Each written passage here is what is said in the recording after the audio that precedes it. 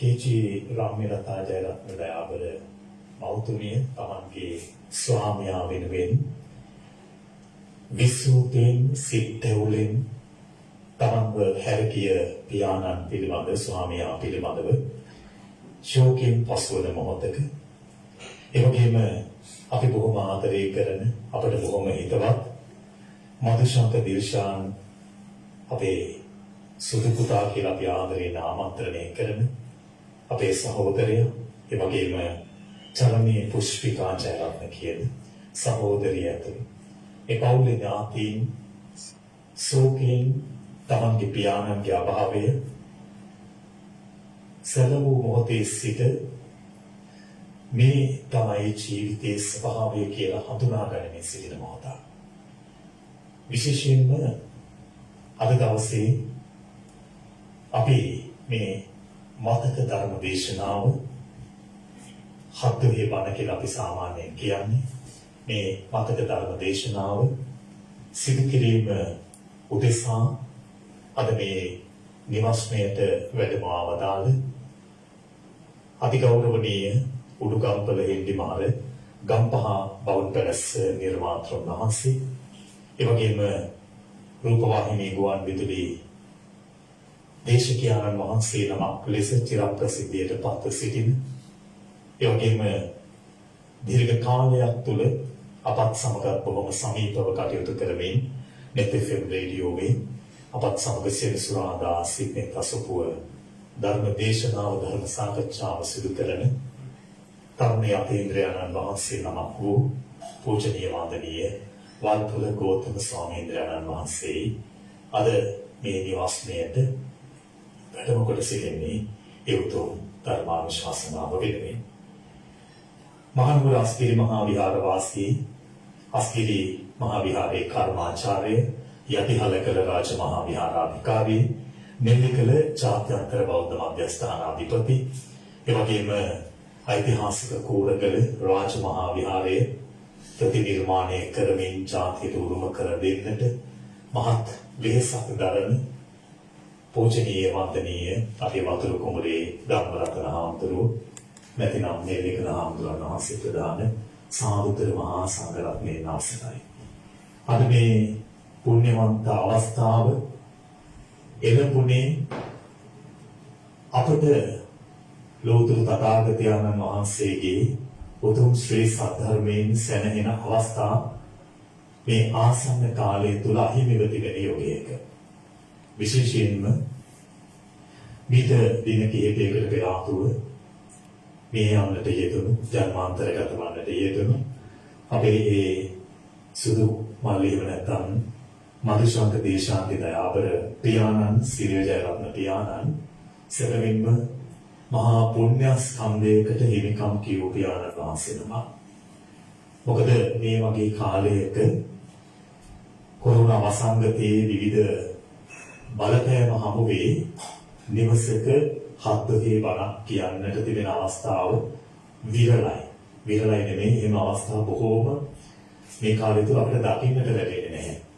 ඉතින් එවැනි අවස්ථාවක අපට මේ නිවසට ගෞරවනීය ස්වාමීන් වහන්සේ වැඩමවලා එදියගිය සිරිල් ජයරත්න පියාණන්ට දයාබර පියාණන්ට තමන්ට කළ හැකි උපරිම සත්කාරය එතුමන්ගේ පරලොව ජීවිතේ භවගාමී ජීවිතේ ඒ ඊළඟ භවය තුල රැස් කළ හැකි උපරිම කුසලය ආසන්නයෙන්ම ලබා දෙන්නට මේ නිවසියන්ට හැකියවීම පිළිබඳව දයාබර අම්මේ එවැගේම දිල්ෂා අපේ සුදු පුතා මధుසංක එවැගේම දයාබර සොයුරි ඔබ සතුට වෙන්නට ඕන, පවුලේ ඥාතීන් සතුට වෙන්නට ඕන එවැනි අවස්ථාවක් උදා වීම සමානයි.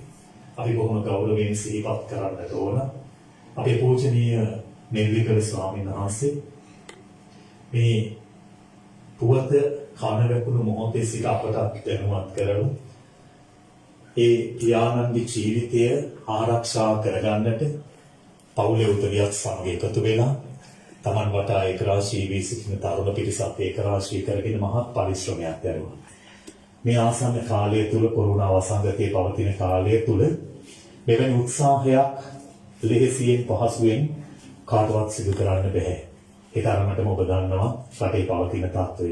එවැනි තත්ත්වයක් තුල වුවත් මේ පියාණන්ගේ වටිනාකම, පියාණන් බිහි කරපු දරුවන්ගේ වටිනාකම, ඒ වගේම ශාසනය වෙනුවෙන් දක්වා තිබෙන ගෞරවය, මැදිහත් වීම, දායකත්වය තදින් කාවැදෙන අපේ හාමුදුරුවෝ සෑම අවස්ථාවකදීම උත්සාහ කළේ පියාණන්ට තව දිගු කලක් ජීවත් වෙන්නට හැකි පරිසරයක් උදා කර දෙන්නට.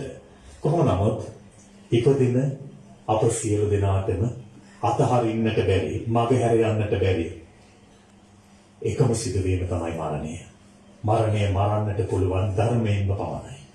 ඉතින් මියගිය පියාණන්ට ධර්මයෙන් සැනසීම උදාපත් කර දෙනවස් සිදු කෙරෙන්නා වූ මතක ධර්ම දේශනාව සිදු කරන මොහොතේ අපි හැමදෙනාම අද දවසේ මේ නිවසට වැඩම ආවදාළ පූජනීය වන්දනීය වල්පොළ ගෞතම ස්වාමීන් වහන්සේව සාදුකාරයක් දී බොහොම ගෞරවයෙන් නමස්කාර පූර්වකව පිළිගන්නවා.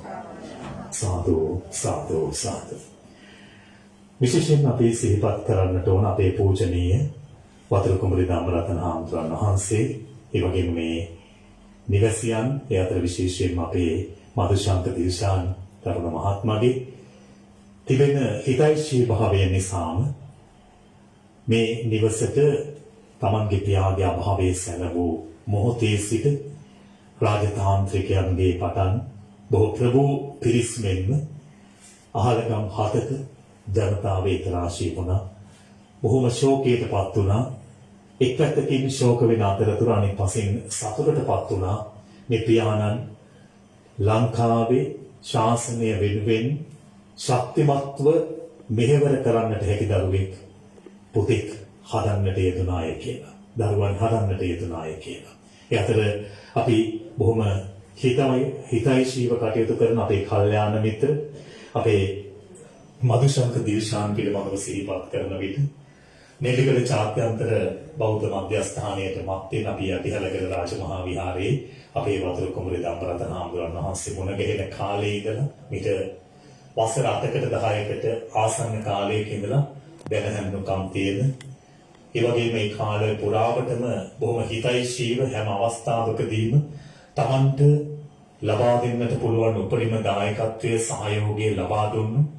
ඒ වගේම ශාසනය වෙනුවෙන් අපේ පූජනීය නෙල්ලිගල හාමුදුරුවන් වහන්සේට මහා ශක්තියක් වුණු තරුණ මහත්මයෙක් හැටියට අපට අපේ මදුශංකව හඳුන්වන්නට පුළුවන්. ඒ නිසා වෙන්න අපි දන්නවා නෙල්ලිගල හාමුදුරුවෝ සාමාන්‍යයෙන් යම් තැනකට වැඩියාම උන්වහන්සේ ඒ ස්ථානයේ සිදුවෙනා වූ කටයුත්තට උන්වහන්සේට ලබා දී හැකි උපරිම දායකත්වය ලබා දීලා උන්වහන්සේ ඒ ස්ථානයේ රැඳී සිටිනවා බොහොම අඩුයි.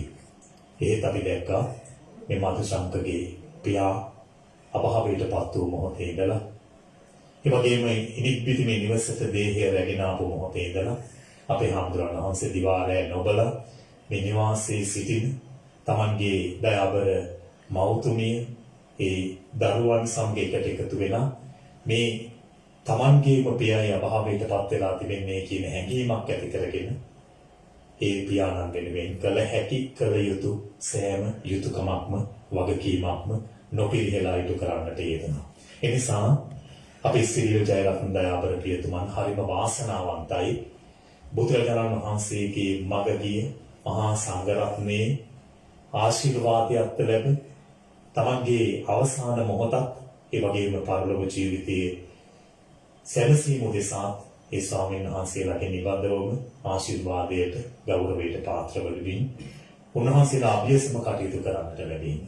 ඉතින් අද දවස තුලදී ඒ අපේ පූජනීය නෙල්ලිගල හාමුදුරන් වහන්සේගේ මදුශංක දිල්ෂාන් සහෝදරයාගේ නිවසියන්ගේ මේ පුවත සැලවි ශෝකයටපත් වෙලා පියාගේ 7 දින ධර්ම දේශනාව ශ්‍රවණය කරන්නට අපේ නෙත් FM රේඩියෝවේ ප්‍රධාන විධායක නිලධාරී අසංග ජයසූරිය මැතිතුමන්, ඒ වගේම සීරස TV ආයතනයේ ආගමික වැඩසටහන අංශ ප්‍රධානී අපේ කල්යාණ මිත්‍ර සනත් නන්දන මැතිතුමන්, මේ මහත්මිය ඇතුළු මේ ප්‍රදේශයේ සියලු දෙනා ඒකරාශී වී සිටින මොහොතේ අපි බුදුබණ පදයක් අහලා හිත සනසවාගෙන ජීවිතේ අනිත්‍ය මෙනෙහි කරන්නට මේ හොඳ අවස්ථාවක් බවට පත් කරගනිමු.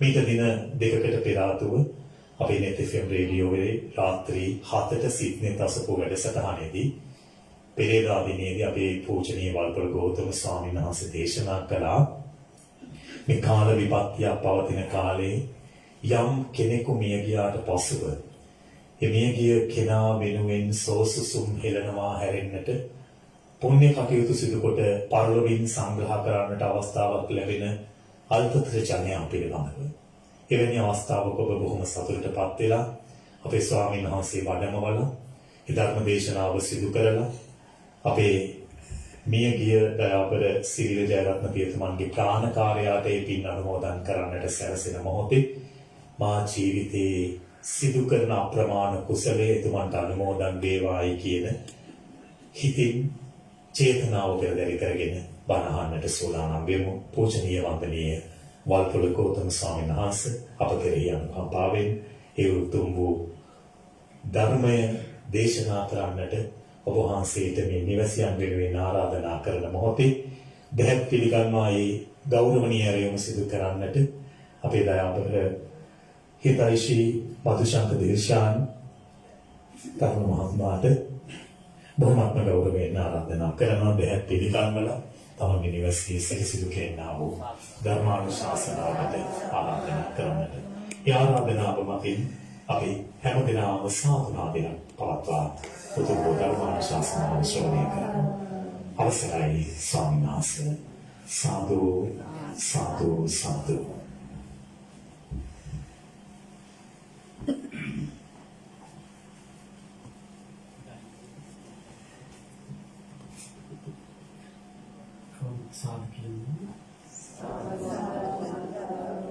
හැමදෙනාම සීලය අධිෂ්ඨාන කරගනිමු. ඒ වෙනුවෙන් කවුරුත් එකටම නමස්කාරය කියන්න.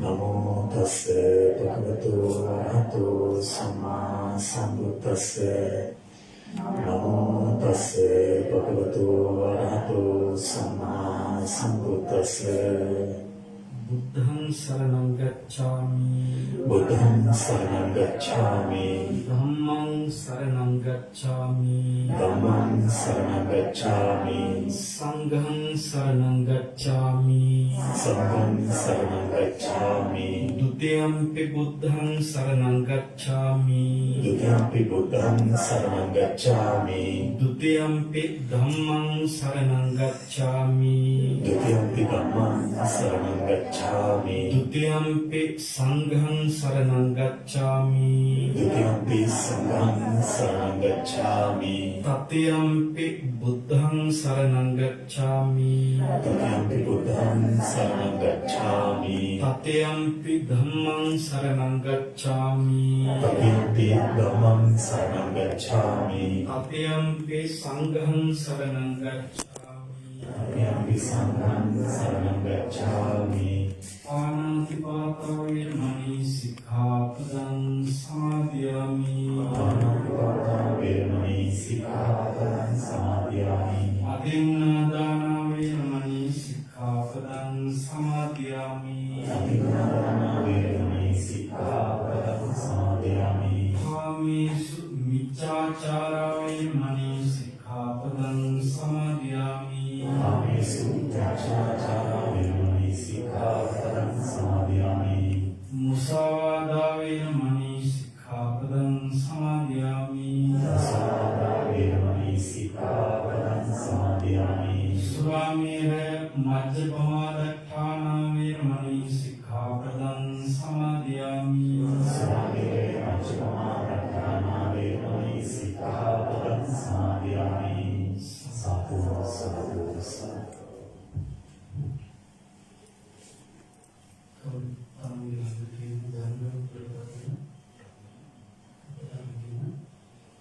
මිහරව තියාගමු දේශනාව සමයකම්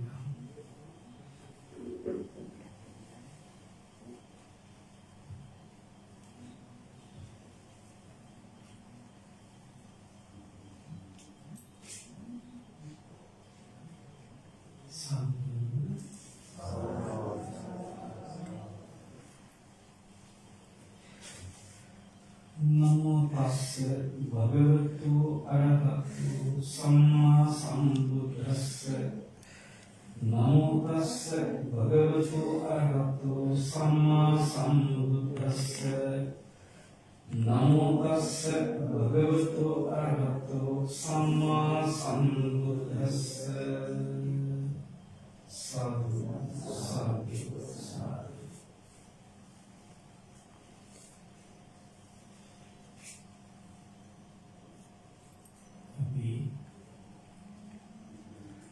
මේ ලංකාද්වීපයේ උතුම් බුදු සසුන බබලවන්නට මේ වේ පහළ වෙච්ච මහා නීතුන් වහන්සේලා සංඝ පීතුන් වහන්සේලා විදිහට තවත් දෙයකින් කිව්වොත් අපි හිතනවා මේකදී දෙවියන් අපේ සමහරට සුප්‍රසිද්ධ දෙවි කෙනෙක් නැතුව ඇති කියලා අපි පුද්ගලිකව විශ්වාස කරනවා. ඒතරා දෙවි ප්‍රසිද්ධ දෙවි කෙනෙක් දෙවියන් අතර දැන් නැතුව ඇති කියලා අපි විශ්වාස කරනවා. ඒ විශ්වකර්ම දෙවි පුත්‍රයෙක්. දෙවියන් අතර දැන් නැතුව ඇති කියලා අපි හිතනවා පුද්ගලිකව. මේ මනුලව මේ යුගයේ කිසිම ස්වාමීන් වහන්සේනකට සම කරන්න බැරි මහා අප්‍රතිහත ශක්තියක් තියෙන අපේ මෙලිකල ජාත්‍යන්තර බෞද්ධ මධ්‍යස්ථානාධිපතිශ්වර ඒ වගේම ප්‍රතිනිර්මාණය වන පූර්වගල ඓතිහාසික රජමහා විහාරාධිපතිශ්වර යටිහෙළගල රජමහා විහාරාධිකාරී බුලන්ද අස්කිරි මහා විහාරවාසී අපේ කල්යාණ මිත්‍ර විජයනීය සේනාසීන අපි සිහිපත් කරන අපේ සහෝදර වහන්සේ නමක් වහන්සේ හැම කිසිම අපි ගැන සිහිපත් කරන්නේ ඒක පෞලක සහෝදරයන් වහන්සේලා විසින් සේනාසීන වහන්සේ වේලාවේ නමස්කාර කරමින් අවසර ප්‍රාර්ථනා කරනවා මේ තුන් ධර්මානුශාසනාවට. සදාවන්ත පින්වත්නි, අපි අද දවස තුළ ඇයි මේ දේශනාව සිදු කරන්නේ කියන එක ගැන කවුරුත් අමුතුවෙන් ආය හඳුනාගන්න මගෙන් වචනයක් ලැබිය යුතු නැහැ. මොකද මටත් වඩා හොඳින් ඔබ හැමදෙනාම දන්නවා අද දවසේ මේ දේශනාවේ පරම අරමුණ. ඒ ආදරණීය යෝජී සිරිල් ජයරත්න තාත්තට පින් අනුමෝදන් කරන්න. මයිකලයක් විශ්වාස කරනවා නෙල්ගල හාමුදුරුවෝ ඇසුරු කරනවා නම් යම් සත්පුරුෂයෙක් ඒ සත්පුරුෂයා බොහෝ පින් රැස් කරගෙන දෙවියන් අතර උපත ලබන්නට අවශ්‍ය කර්මයන් පුණ්‍ය කර්මයන් රැස් කරගන්න ඒ සත්පුරුෂයා දක්ෂ වෙනවාද ඒ දක්ෂයන් අතරේ තවත් එක දක්ෂයෙක් වෙන්නට ඕනේ අපේ සිරිල් තාත්තා. එතුමා සත්පුරුෂ දරුවෙක් නෙල්ලිගල හාමුදුරුවන්ගේ සියලු ඒ ක්‍රියාදාම සියල්ලේ පිළිපස සිටින මහා දැවැන්ත ශක්තියක් වෙච්ච අපි නමින් කියන සුදු පුතා මధుසන්ත තිල්සාන් ජයරත්න පුතාට මේ ලෝකයේ තුල එළිය දකින්නට අවස්ථාව භාග්‍ය උදා කරලා දුන්නේ පින් ඇති තාත්තා. මේ වෙනකොට නෙල්ලිගල හාමුදුරුවන්ගේ ආවාසය උන්වහන්සේගේ ඇසුර එක්ක රැස් කළ ඒ සත්පුරුෂ කුසල පුණ්‍ය ධර්මයන් නිසාම පින් බලාපොරොත්තු වන ලෝකයක කියලා අපි විශ්වාස කරන්නේ නැහැ. කාට බොහෝ විට දෙවියන් අතරේ සුවසේනය වෙනකොට ඇති. නමුත් මේ වගකීමක් යුතුයකම මේ විදිහට පින් දෙන එක. ඒ නිසා තමයි ඔබ හැමදෙනාම මේ එකතු වෙන්නේ. පින්වත්නි, සියලු කාරණා අපි දේශනාව අවසානයේ සාකච්ඡා කරමු. මේ ධර්ම දේශනාව නිසා අපි කරුණු කාරණා කතා කිරීම පසුවට තියලා බණ කියමු. තාත්තට පින් දෙන්න නම් ඔබ හොඳින් ධර්මය අහලා ඔබ තුල පිනක් රැස් වෙනවා. එවෙනුවෙන් ඔබට අවබෝධයක් ඇති වෙනවා. අපි අවබෝධය ලැබෙන ඊට සුදුසු අනුශාසනයක් මේ වෙලාවේ ඔබට කියලා දෙන්න කල්පනා කරා. මම සාමාන්‍යයෙන් දැකලා තියෙන දෙයක්, මල ගෙදරකට ගියාට පස්සේ වයස්ගතව යම්කිසි ජීවත් වෙලා තමන්ගේ ආයු කාලයේ අවසන් කරලා තියෙන්නේ පවතින ආයුෂ අතර බොහෝ ආයු ගෙවපු කෙනෙක් හැටියට නම් එන්නේ ගිය කෙනා, ඒ කියන්නේ වයෝවෘද්ධ වෙනා නම් ගියේ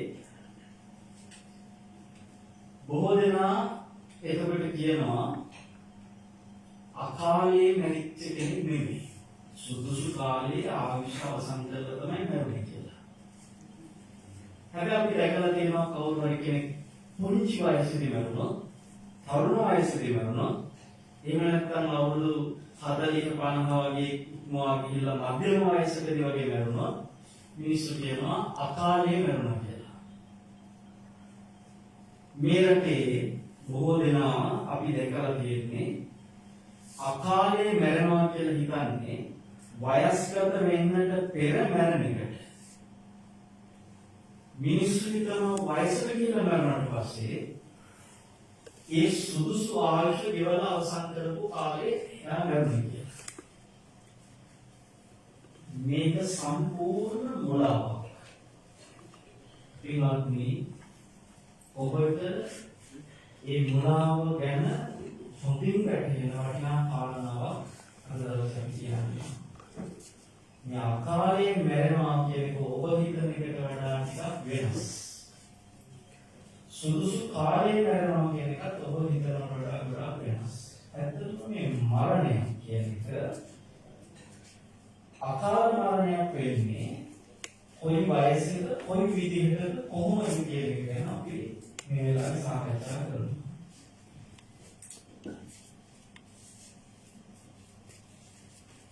බුදුරජාණන් වහන්සේගේ ශ්‍රාවකයෝ අතරේ මම හරියම ප්‍රේ කරන ස්වාමීන් වහන්සේලා තමයි නාගසේන මහ රහතන් වහන්සේ. හරිම කැමති උන්වහන්සේ. උන්වහන්සේගේ තියෙනවා හරි අපූර්ව උපමාත් එක්ක හිතන් නැති පැති දහම් කරුණු වල අමුතු අපිට හිතන්නේම නැති හිතන්නා බැරි පැති විග්‍රහ කරන වටිනා ග්‍රන්ථයක් මිලින්ද ප්‍රශ්න කියලා. ඒක සමහරයි මලයි. මිලින්ද කියන රජතුමාත් එක්ක නාගසේන මහ රහතන් වහන්සේ අතර වෙච්ච සාකච්ඡා. අද ඔබට කියලා දෙන්නේ ආන්ගේ සාකච්ඡාවකින් මේ මරණයක් කියන එක වෙන්නේ කොහොමද කියන එක ගැන මනසට වෙච්ච සාකච්ඡාවක්. හරි අපූර්ව කරුණක්. ඇත්තටම මේ දේශනාවත් එක්ක ඔයගලන්ට මේ තේරුම් ගන්න දෙයක්, සමහර අය අකාලේ මැරෙනවා පුංචිම වයසේදී. ඒක කොහොමද ඔයගොල්ලෝ හිතනවා අකාලේ පුංචි වයසේ මැරෙන කෙනා කොහොමද අකාලේ මැරෙන්නේ කියලා? තවත් සමහර අය මැරෙනවා තරුණ වයසේ, මධ්‍යම වයසේ වගේ වයසවල මැරෙනවා කාලේ.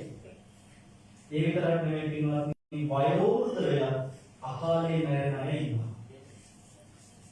ඒක ගැන අපි සාකච්ඡා කරමු මේ දේශනාව. ඒ වගේම තව පැත්තක් අකාලේ මැරෙන්නේ නැතුව සුදුසු කාලේ මැරෙන අය මෞකුසෙන් මැරෙන අය අතර තියෙනවා මෞකුසෙන් දිවෙච්ච අලුතක් මැරෙන අය ඉන්නවා අකාලයෙන් මැරෙන නැති සුදුසු කාලයේ මැරෙන සතියක් මාසයක් අවුරුද්දක් ඒ වගේම තරුණ වයස කියලා කියන අවුරුදු 10 20 30 40 වගේ අතර කාලවල මේ කාලවල පින්වත්නි සුදුසු කාලයේ මැරෙන අකාල මරණ නොවන මරණ තියෙනවා. තරුණ වයසට ගිහිලා වගේම මධ්‍යම වයසට ගිහිලා වයෝවෘද්ධ වෙලා මේ ඕනම කාලයකට අකාල මරණක් තියෙනවා කාල මරණක් තියෙනවා. මේක හරිය දුදුම කරුණක්. මිලිඳු රජතුමා මහා පුදුම වෙච්ච කරුණක්. කොටින්ම මම එකක් ඔබට මේ කියාගෙන කාරණාව ඇතුලේ තියෙන විශ්විත බව ගැන තේරුම් ගන්න එක දෙයක් කියනවා. මිලිඳු රජුලෝ ගොඩාක් මේ විසඳපු ප්‍රශ්න අහලා අවසානයේ සාමාන්‍ය විදිහට සතුට වෙලා තියෙනවා. හැබැයි මේ ප්‍රශ්නේ දැනගත්තට පස්සේ මිලිඳු රජුලෝ එතුමාගේ හිතට දැනෙච්ච සතුට ප්‍රකාශ කරනවා අස්න වචන දෙකකින්. නාගසේන මහරහතන් වහන්සේ කියනවා ස්වාමීනි ඔබ වහන්සේ විසඳපු මේ ප්‍රශ්නය ඔබ වහන්සේ මේ විදිහට දේශනා කරද්දී මෙතන භාග්‍යවතුන් වහන්සේ වැඩ හිටියා නම් උන්වහන්සේ වහන්සේගේ සීර්ෂය අතගාලා භාග්‍යවතුන් වහන්සේ වහන්සේගේ හිස අතගාලා සාකච්ඡා කියන්නේ මිලිඳු රජුගේ කියනවා. ඉතින් අපි යම් දේශනාවක් අහලා අනේ මේ දේශනේ බුදුරජාණන් වහන්සේ වුණා උන්වහන්සේ සාදුකාර දෙයි කියන එක මහාවර්තන ගමන. බුදු කෙනෙක් සාදුකාර දෙන්නේ නැහැ ලේසියෙන් දෙයි. බුදු කෙනෙක් සාදුකාර දෙන්නේ ඒ කාරණාව පැහැදිලි අවබෝධයකින් මනාවට දේශනා කරනවා. නමුත් මේ රජුරෝ කියනවා භාග්‍යවතුන් වහන්සේ නිකන් සාදුකාර දෙන එකක් නැහැ. ඔබ වහන්සේ හිස අතගාලා සාදුකාර දෙයි භාග්‍යවතුන් වහන්සේ මෙතන වැඩ හිටියා. ස්වාමීනි එච්චරම මේ ප්‍රශ්නේ විශ්විතයි කියනවා. රජු වහන ප්‍රශ්නය අපි මේ කියන මාතෘකාව තමයි. ස්වාමීනි මේ ලෝකයේ කාල මරණ අකාල මරණ කියලා දෙකක් තියෙනවා. රාහුලන් වහන්සේ කියනවා කොහොමද මේ ලෝකේ සමහර සුදුසු කාලේ මැරෙනවා. සමහර අකාලේ මැරෙනවා. ඊට පස්සේ රජු වහන ස්වාමීනි කවුද සුදුසු කාලේ මැරෙන්නේ කවුද අකාලේ මැරෙන්නේ? එතකොට උන්වහන්සේ උපමාවකින්ම කාරණා ප්‍රකට කරනවා. රජතුමනි ඔබ දැකලා තියෙනවා නේද කියලා සමහර ගස්වල ගෙඩි වැටෙනවා. ගස්වල ගෙඩි වැටෙනවා දැකලා තියෙනවා නේද කියලා. එහෙමයි ස්වාමීනි කියනවා. රජතුමනි හැම ගෙඩියක්ම ඉදිලමද වැටෙන්නේ? නෑ ස්වාමීනි. සමහර ගෙඩි වනෝ කාලා වැටෙනවා. සමහර ගෙඩි පොළොවලින් ගල් වලින් ගහලා වැටෙනවා. සමහර ගෙඩි උලකට වැටෙනවා. සමහර ගෙඩි අතුරු කුණු වෙලා වැටෙනවා. ඉතින් මේ විදිහට වෙනසක් තියෙනවා. ඒවා ඒ ගෙඩියේ සුදුසු කාලේ ඉදිලා වැටෙනවා කියන එක යම්සේක ඒ වගේ සමහරුන්ගේ මරණ තියෙනවා. ජරාවට පත් වෙලා මරණයට පත් වෙනවා. ජරාවෙන්ම මැරෙනවා. අර ඉදිලා වැටෙන ගෙඩි වගේ. තා ගෙඩි වනෝ කාලා ඊට පස්සේ පොළොවලින් ගහලා ඊට පස්සේ මුලකින් ඇතුළු කොමෙන් මෙහිම වැටෙන ගෙඩි තියෙනවා. ආන්ගේ ගෙඩි අකාලේ වැටෙන ගෙඩි. ඒ වගේ අකාල මරණක් තියෙනවා. දැන් මම පුංචි හොරුවා දේශනාවට කලින් ඔබට දැනෙනවා මේ උපමාව සරල උපමාවක් නෙමෙයි. ආවර්තනයට උපමාවක් නෙමෙයි. ඔය උපමාවේ තියෙනවා හරි අපෝ ගැඹුරක්. ඔබ නිකන් හිතන්න ගහක ගෙඩියක් ඉදිලා ස්වාභාවිකව වැටෙනවා කියන එක අර කාල මරණගේ ස්වභාවික වැඩිම. හැබැයි පොළොවකින් ගහලා වැටෙන එක ඉදිච්ච ගෙඩියක් වෙන්න බැහැ. යම් කිසි ගෙඩියක් තියනවා ගහක ඒ ගෙඩිය ඉදිච්ච ගෙඩියක්. හැබැයි ඒක ගහෙන් ස්වාභාවිකව වැටෙන්නේ නැහැ. ඒ ඉදිච්ච ගෙඩිය පොළොවකින් ගහපු අවස්ථාවක වැටෙන්න පුළුවන්. උලංගින් වැටෙන්න පුළුවන්. ගහ විසින් ස්වාභාවිකව ඒ ගෙඩිය පිටට දානවා නෙවෙයි. මහා ගුණවත් සමානින් ඉඳලා ඉතිච්ච ගෙඩිය වැටෙන්න පුළුවන්.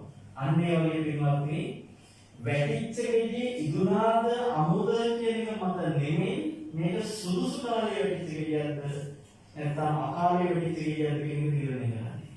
මේ වගේ මරණය කියන එක හරි ගැඹුරු ප්‍රශ්නයක්.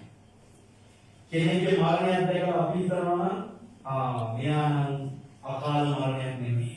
මෙයා සුදුසු කාලේ මැරුණේ කියලා අපි හිතනවා නම් ඒක වැරදි පින්වත්නි. මරණයක් ගැන තීරණ කරන්න ඉච්ඡර සැහැල්ලුවෙන් සරලව බෑ. මේ කෙනා මැරුණේ ඇත්තටම අකාලයේද? මේ කෙනා මැරුණේ ඇත්තටම සුදුසු කාලෙද කියන එක තීරණය කරන එක හරිම සංකීර්ණයි. අපි ඒ ගැන දැන් තේරුම් ගන්න උත්සාහ කරමු. මේ ලෝකේ සමහර අය මැරෙන ආකාර 7ක් ඔතෙන්දී උන්වහන්සේ පෙන්නනවා. එකක් තමයි සමහරු මැරෙනවායි කිව්වා. ඒ කියන්නේ ආවිෂ ඉතුරු වෙලා තියෙද්දි මැරෙන අය. මැරෙන හේතු 7ක් පෙන්නනවා. එකක් තමයි බඩගින්නේ මැරෙන එක. ආවිෂ ඉතුරු වෙලා තියෙනවා බඩගින්නේ මැරෙනවා. තව මරණයක් කියනවා ආයුෂ ඉතුරු වෙලා තියෙනවා පිපාසයෙන් මැරෙනවා. තවත් සමහර ඉන්නවා ආයුෂ ඉතුරු වෙලා තියෙනවා සර්පෙක් දෂ්ට කරලා මැරෙනවා. එයාගේ සතෙක්ගෙන් හානියක් කළා මැරෙනවා. ආයුෂ ඉතුරුයි. තවත් සමහර ඉන්නවා ආයුෂ ඉතුරුයි මොනවා හරි විසක් ශරීරගත වෙලා මැරෙනවා. තවත් සමහර ඉන්නවා ආයුෂ ඉතුරුයි ගින්නක් නිසා මැරෙනවා. ගින්නකට වෙලා මැරෙනවා. තවත් සමහර ඉන්න ආයුෂ ඉතුරුයි ජල පහරකට අහු වෙලා මැරෙනවා. තවත් සමහර ඉන්න ආයුෂ ඉතුරුයි ආයුධයකින් පහර කාලා මැරෙනවා. මෙන්න මේ මරණ 7 නාගසේන මහරහතන් වහන්සේ පෙන්නනවා. එතෙන්දී ආයුෂ ඉතුරු වෙලා තියෙද්දී මැරෙන මරණ අතරේ තියෙනවා. උන්වහන්සේ කියනවා හැබැයි මේ සියලු මරණ ඒකාන්තයෙන්ම අකාලේ මැරෙනවා කියන්නේත් නෑ.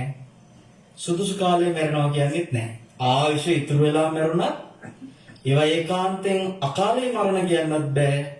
ඒවා සුදුසු කාලේ මරණ කියන්නත් බෑ. ඒක තව තේරුම් ගන්න ඕනේ. ඒ වගේම උන්වහන්සේ තව කාරණා 8ක් පෙන්නනවා පින්වත්නි. මිනිස්සු සාමාන්‍යයෙන් මරණයටපත් වෙන්න බලපාන කාරණා 8ක්. අර ඉස්සෙල්ලා කිව්වේ ආයුෂ ඉතුරු වෙලා තියෙදි මැරෙන හේතු 7ක් නේ. සාමාන්‍ය මිනිස්සු මැරෙන කාරණා 8ක් තියෙනවා. එකක් තමයි වාතය නිසා මිනිස්සු මැරෙනවා. පිත්ත නිසා මිනිස්සු මැරෙනවා. සෙම නිසා මිනිස්සු මැරෙනවා.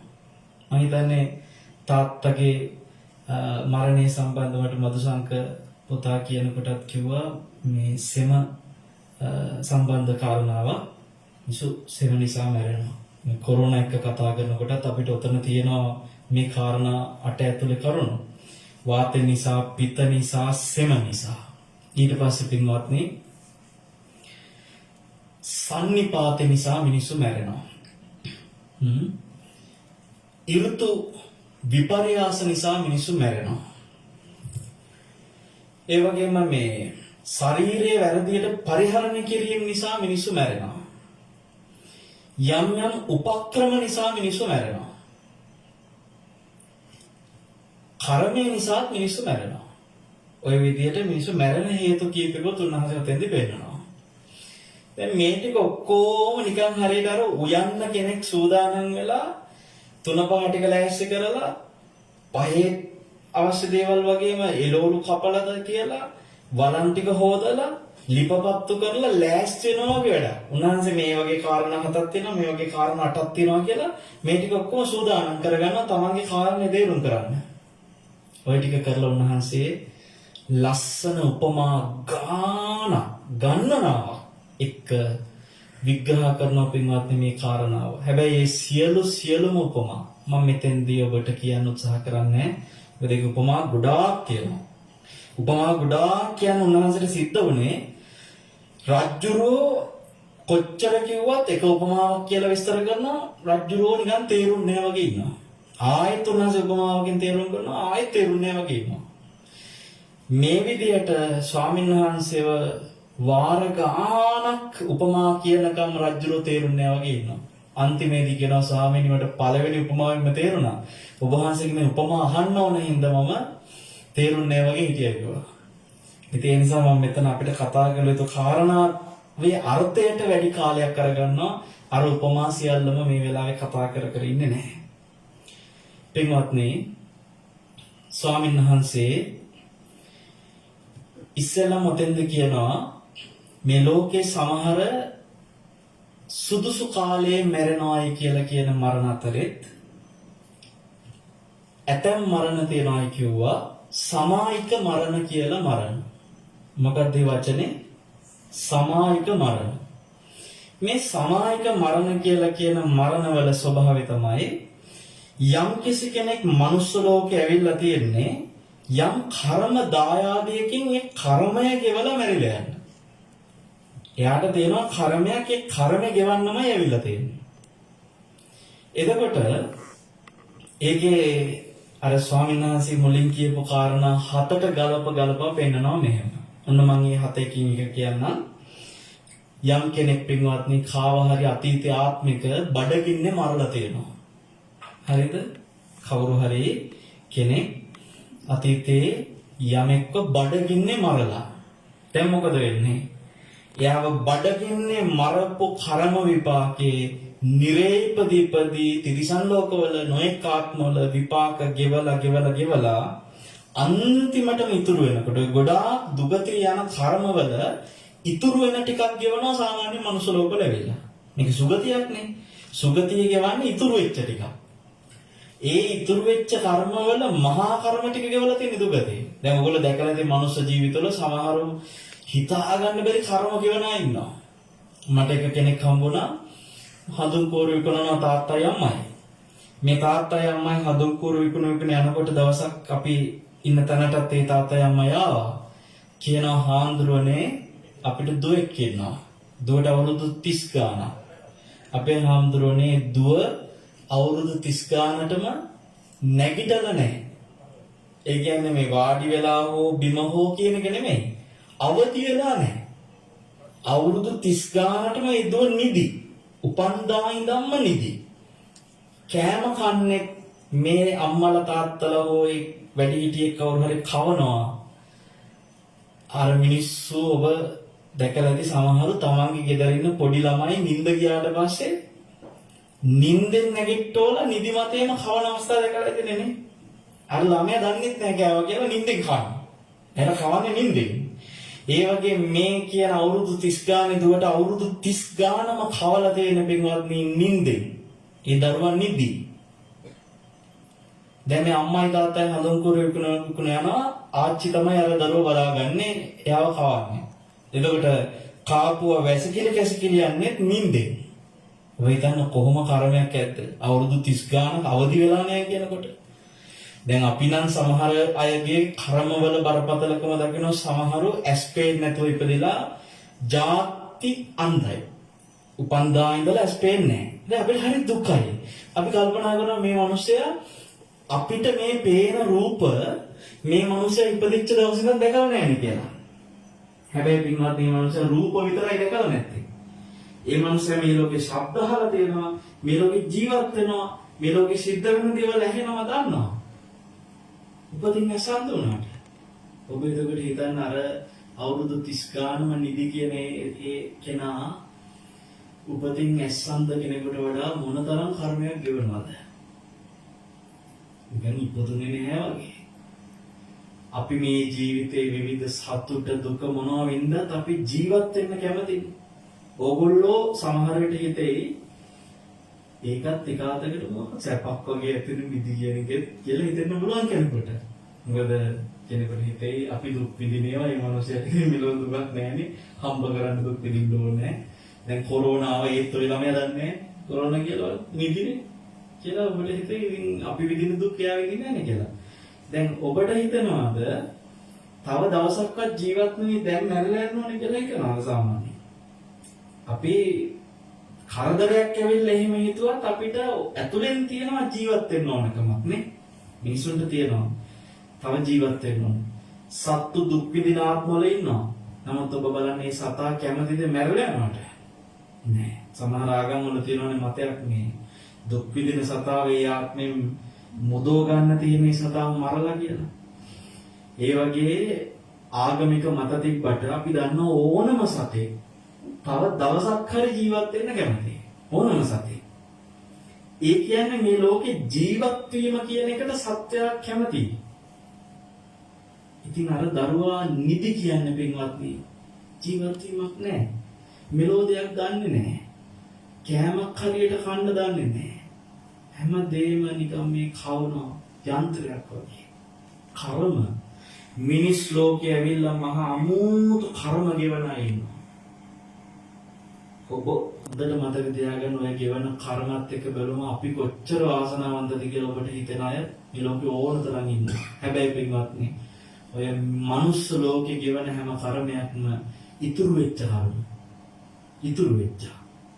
මිචුක්ටයි මේ ගෙවන්නේ මේ තෙන්ට ඇවිල්ලා. ලොකුම කර්ම ටික දුගතිය ගෙවලා ඉවරයි. මේ ගෙවන්නේ ඉතුරු වෙච්ච. මිලිඳුන් රාජ්‍යවන්ත නාගසේන මහරහතන්වහන්සේ කියනවා කාව හරි බඩගින්නේ මරුව කෙනෙක් දුගතිය ගෙවලා ඇවිල්ලා මනුස්ස ලෝකේ යම් දවසක බඩගින්නේ මැරිලා යන්න පුළුවන්. ඒ බඩගින්නේ මැරිලා යන කෙනා සමහර විට ලදරු කාලේ මැරෙන්න පුළුවන්. බඩගින්නේ මැරිලා යන්න පුළුවන්. දැන් ඔබ දන්නා සමහර ළමයින්ව අම්මලා කුණු බක්කිය වලට දාලා යනවා. වගේ දාලා යන අවස්ථා තියෙනවනේ වැසිකිලි වලට දාලා යනවා. සමහරවිට අර ළමයා මැරිලා යන්නේ කවුරුවත් දන්නේම නැහැ බඩගින්නේ මැරිලා යනවා. ඉපදිච්ච ළමයා. ඔබට හිතනවාද ඒ ළමයා අකාලේ මැරුණා කියලා? නෑ. මිලිඳු රජතුමාට නාගසේන මහරහතන්වහන්සේ පෙන්නනවා ඒ මරණය කාල මරණයක්. සුදුසු කාලේ මරණයක්. ඒ දන්නවද? එයා ගෙනත් තියෙන්නේ ඒ කර්ම ටික විතරයි. ඒ දරුවා ඉපදිලා සමහරට දවස් ගානකින් මැරලා යන්නේ බඩගින්නේ. කවුරුත් දන්නේ නැතුවම ළමයා කොහේ හරි කුණු ගඩක් ආසේ හරි මැරලා යන්නේ බඩගින්නේ.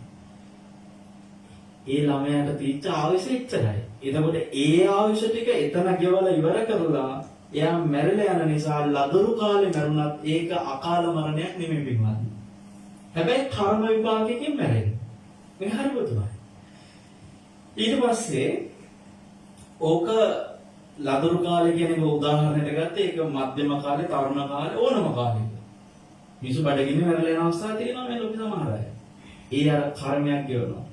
ඔය වගේම පිපාසයක් වෙනවා. සමහරු කාව හරි පිපාසයෙන් මරනවා. ඒකේ කර්ම විපාක දුගතියෙත් ගෙවලා කවදා හරි මනුස්ස ලෝකෙට ඇවිල්ලා මිනිස් ලෝකේ පිපාසයෙන් මැරිලා යනවා. පිපාසයෙන් මැරිලා යන්නේ එයාට කර්මය ගෙවන්න ඕන වයසක. වයස ප්‍රශ්නයක් නැහැ. හැබැයි කොයි වයසේ මරුණත් පින්වත්නි අර කර්ම දායාදයේ ගෙවන නිසා ඒකත් ඇවිල්ලා සුදුසු කාලයේ මරණයක් කිව්වා. මම ඔබට කිව්වා සමායික මරණ 7ක් තියෙනවා කියලා. ඒ සමායික මරණවල එකක් තමයි ඔය බඩගින්නේ මැරිලා ගිය එක. කර්මය ගෙවන්න බඩගින්නේ මැරිච්ච එක සමායික මරණවල එකක්. එතකොට කර්මයක් ගෙවන්න පිපාසයෙන් මැරිච්ච එක සමායික මරණ වලින් එකක්. ඒක ඕන වයසක. ඊට පස්සේ සර්පෙක් දෂ්ට කරලා මැරෙන එක. ඒ කියන්නේ දැන් කාව හරි අපි සර්පෙක් දෂ්ට කරලා මරණ ඕනකමින්. අන්නේ කර්මයක් ඔය විදිහටම ගෙවන්න පුළුවන්. දුගතිය දුක් විඳලා මේ සුගතිය ඇවිල්ලාත් අපි සර්පෙක් දෂ්ට කරලා මැරලා යන අවස්ථා තියෙන පුළුවන්. ඊට පස්සේ පින්වත්නි විසපෝල මරණ. කාව හරි කෙනෙක්ව විසපෝල මරුවොත් එහෙම ඒකේ විපාකෙට ආත්ම ගණන් සමහරලාට දුගතිය විස නිසාම මැරිලා දැන් ඔය තිරිසන් සත්තු එහෙම ඔයගොල්ලෝ දැකලා තියෙනවා විස නිසා මැරෙන සත්තු ඒ කර්ම ගෙවලා මනුස්ස ලෝකෙට ඇවිල්ලා තර කර්ම ඉතුරු වෙච්ච ටිකට විස නිසා මැරලා යන්න පුළුවන්. හැබැයි ඒ විස නිසා මැරෙන්න අවශ්‍ය කෙනක් තියෙන්නේ කොච්චරක්ද? ඒ අවශ්‍ය ටික ලදරු කාලේ වෙන්න පුළුවන්. සමහරට මව් කුසේදී වෙන්න පුළුවන්. සමහර ළමයි මව් කුස ඇතුලේ විස නිසා මැරෙනවා. හැබැයි එයාගේ මරණය සුදුසු කාලයේ මැරෙන සමායික මරණයක්. මව් කුසේ මැරුණා. ඒක අකාල මරණයක් නෙමෙයි. එතකොට මව් කුසින් බිහි වෙච්ච තැන ලදරු කාලේ, තරුණ කාලේ ඕනම කාලයක අර කර්මය ගෙවන්න එතෙන්දි පින්වත්නි විස නිසා මැරෙන මරණ හැම එකක්ම ඒ සමායික මරණයක් විදිහට මැරෙනවා කියනවා. දැන් මේව හොඳට ඔළුවට ගන්න මේක දේශනේ මේ ටික කියන්නේද්දී දෙවගලන් හිතෙන්න පුළුවන් එකපාරටම හරි. ඒ කියන්නේ බඩගින්න මැරෙන හැමෝම අකාල මැරෙන අය නෙමෙයිද? හරි. පිපාසයෙන් මැරෙන අය ඔක්කොම අකාලේ මැරෙන අය නෙමෙයි. දැන් හඳුරුගෝනේ මේක කාලේ මරණයක් කියලා. මේ කර්මයක් එක්ක මේක සමායික මරණ මේක සුසු කාලේ මරණයක් කියලා නෑ පින්වත්නි. ඔය කාරණා හතම කියාගෙන යද්දී මොනවද හත? බඩගින්න, පිපාසය, සර්පෙක් දෂ්ට කරලා, විස නිසා, ඊට පස්සේ ගින්න නිසා, ජලය නිසා, ආයුධයක් පහර කාලා. ඔන්න ඔය හත. ඔය හතම කර්ම විපාක නිසා කැරකිලා එන්න පුළුවන් ඒවා තියෙනවනේ කෙනෙකුට.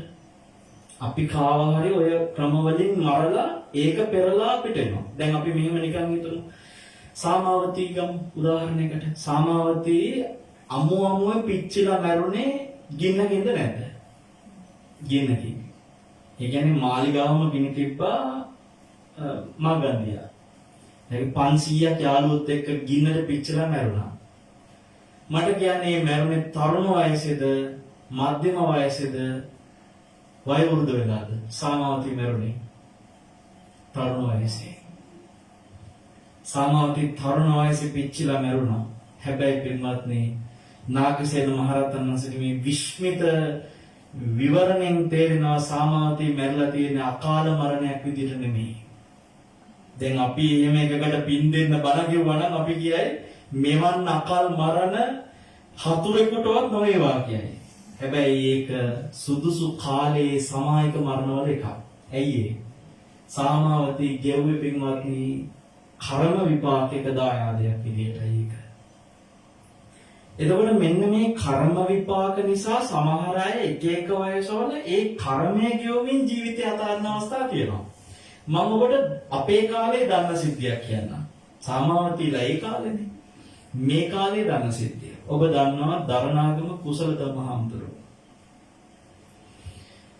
උන්වහන්සේ අවුරුදු 50 ගානක වයසේදී තමයි ජීවිතය අතහැරෙන්නේ. එතකොට හාමුදුරුවන්ගේ ගියාත්මය සහ ඊට පෙර ආත්මය ගැන සිද්ධියක් මම ඔබට කියන්න මේ වෙලාවේ. දැන් ඔයගොල්ලෝ බලන්න කොහොමද ගෞතම හාමුදුරුවෝ දන්නේ ඔක කියලා.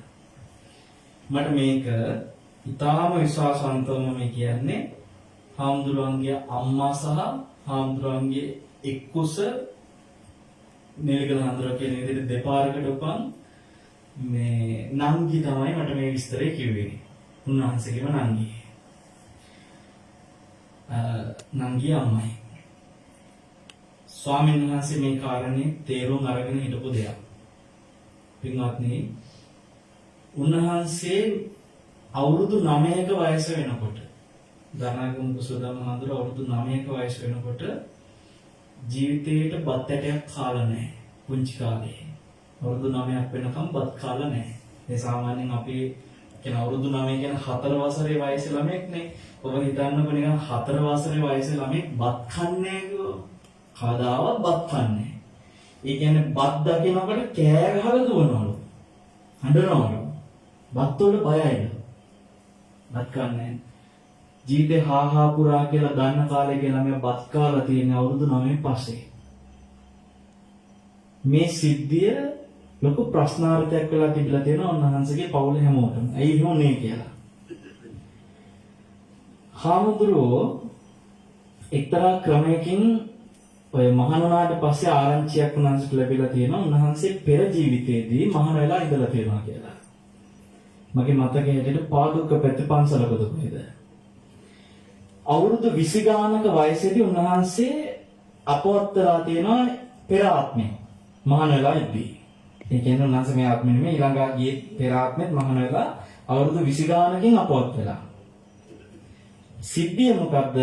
ඒ පන්සලේ හිටපු තව තරුණ හාමුදුරු කෙනෙක් මේ හාමුදුරුව ගැන තියෙන ඉරිසියාවට පන්සලේ නායකකම සම්බන්ධ ප්‍රශ්නයකට මේ හාමුදුරුවන්ව ඉක්මනින් මෙතනින් අයින් කරන්න ඕනකමට වහදීලා තියෙනවා. දානෙට බත් වලට වහදාලා දීලා. අවුරුදු 20 ගානේදී අපවත්තලා. එතකොට ඔය සිද්ධිය ඇත්ත නැත්ත හොයන්න දරණාගම හාමුදුරුව වැඩියලු ඔය කියන පන්සල තියෙන ප්‍රදේශ හොයාගෙන.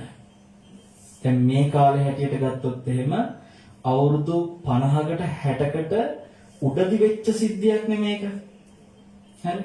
එතකොට මේ පළාතේ පරණ මිනිස්සුන්ගෙන් ඒ කාලේ හාමුදුරුවෝ හොයලා බලලා අහලා තියෙනවා මෙහෙම හාමුදුරු කෙනෙක් අපවත් වුණාද.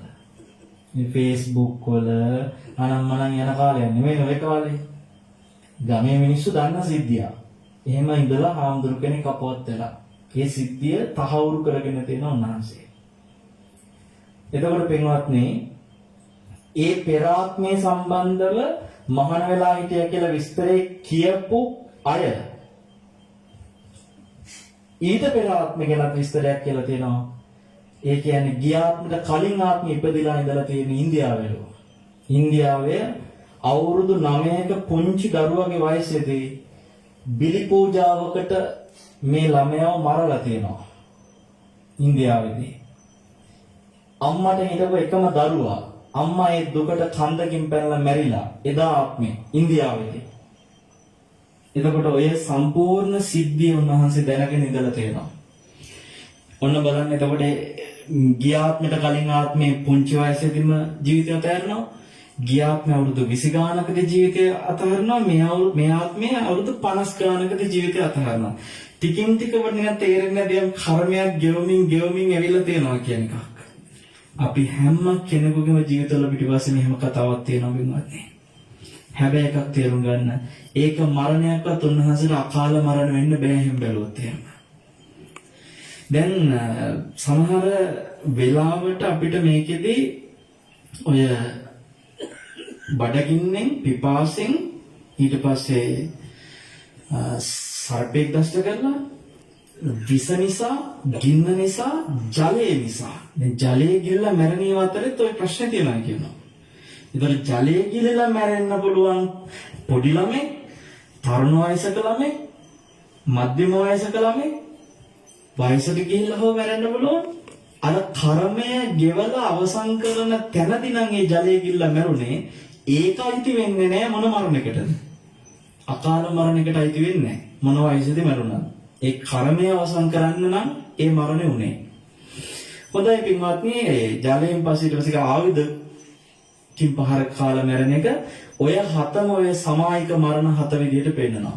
ඔය ටික පෙන්වුවාට පස්සේ රජුරෝ චුට්ටක් කලබල වෙලා අහනවා, ස්වාමීනි දැන් ඔබ වහන්සේ ඔය කියන විදිහට ඔක්කොම කාලා මරණ නම් අකාලේ මරණ කියන්නේ මොකක්ද එතකොට කියලා ඇහුවා.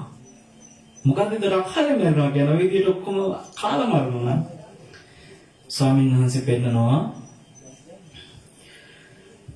ඒකත් උපමාවකින් උන්වහන්සේ පෙන්වනවා හරි ලස්සනට මෙහෙම. කැලයක් ගිනි ගන්නවා. මොකද්ද ගිනි ගන්නේ? කැලයක්. මේ ගිනි ගන්න කැලේ ගින්න ඇවිලිලා ගිහිල්ලා ගස් ඔක්කොම පිච්චිලා ගිහිල්ලා තනකොළ ගස්ද ඔක්කොම පිච්චිලා ගිහිල්ලා අලු වෙලා මුළු කැලේම තනිකර අඟුරු ගොඩක් වෙනවා. ඒ සියල්ල දැවිලා ඉවරුණාට පස්සේ තමයි ගින්න නිවෙන්නේ.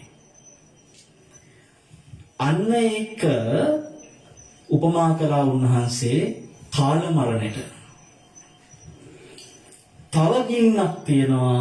ඒ ගින්න ඇවිලි යනකොට වැස්සක් වැහැලා අර සම්පූර්ණ දැවිලා ඉවර වෙලා ගින්න නිවෙන්න කලින් අර වැස්ස නිසා ගින්න නිවිලා යනවා.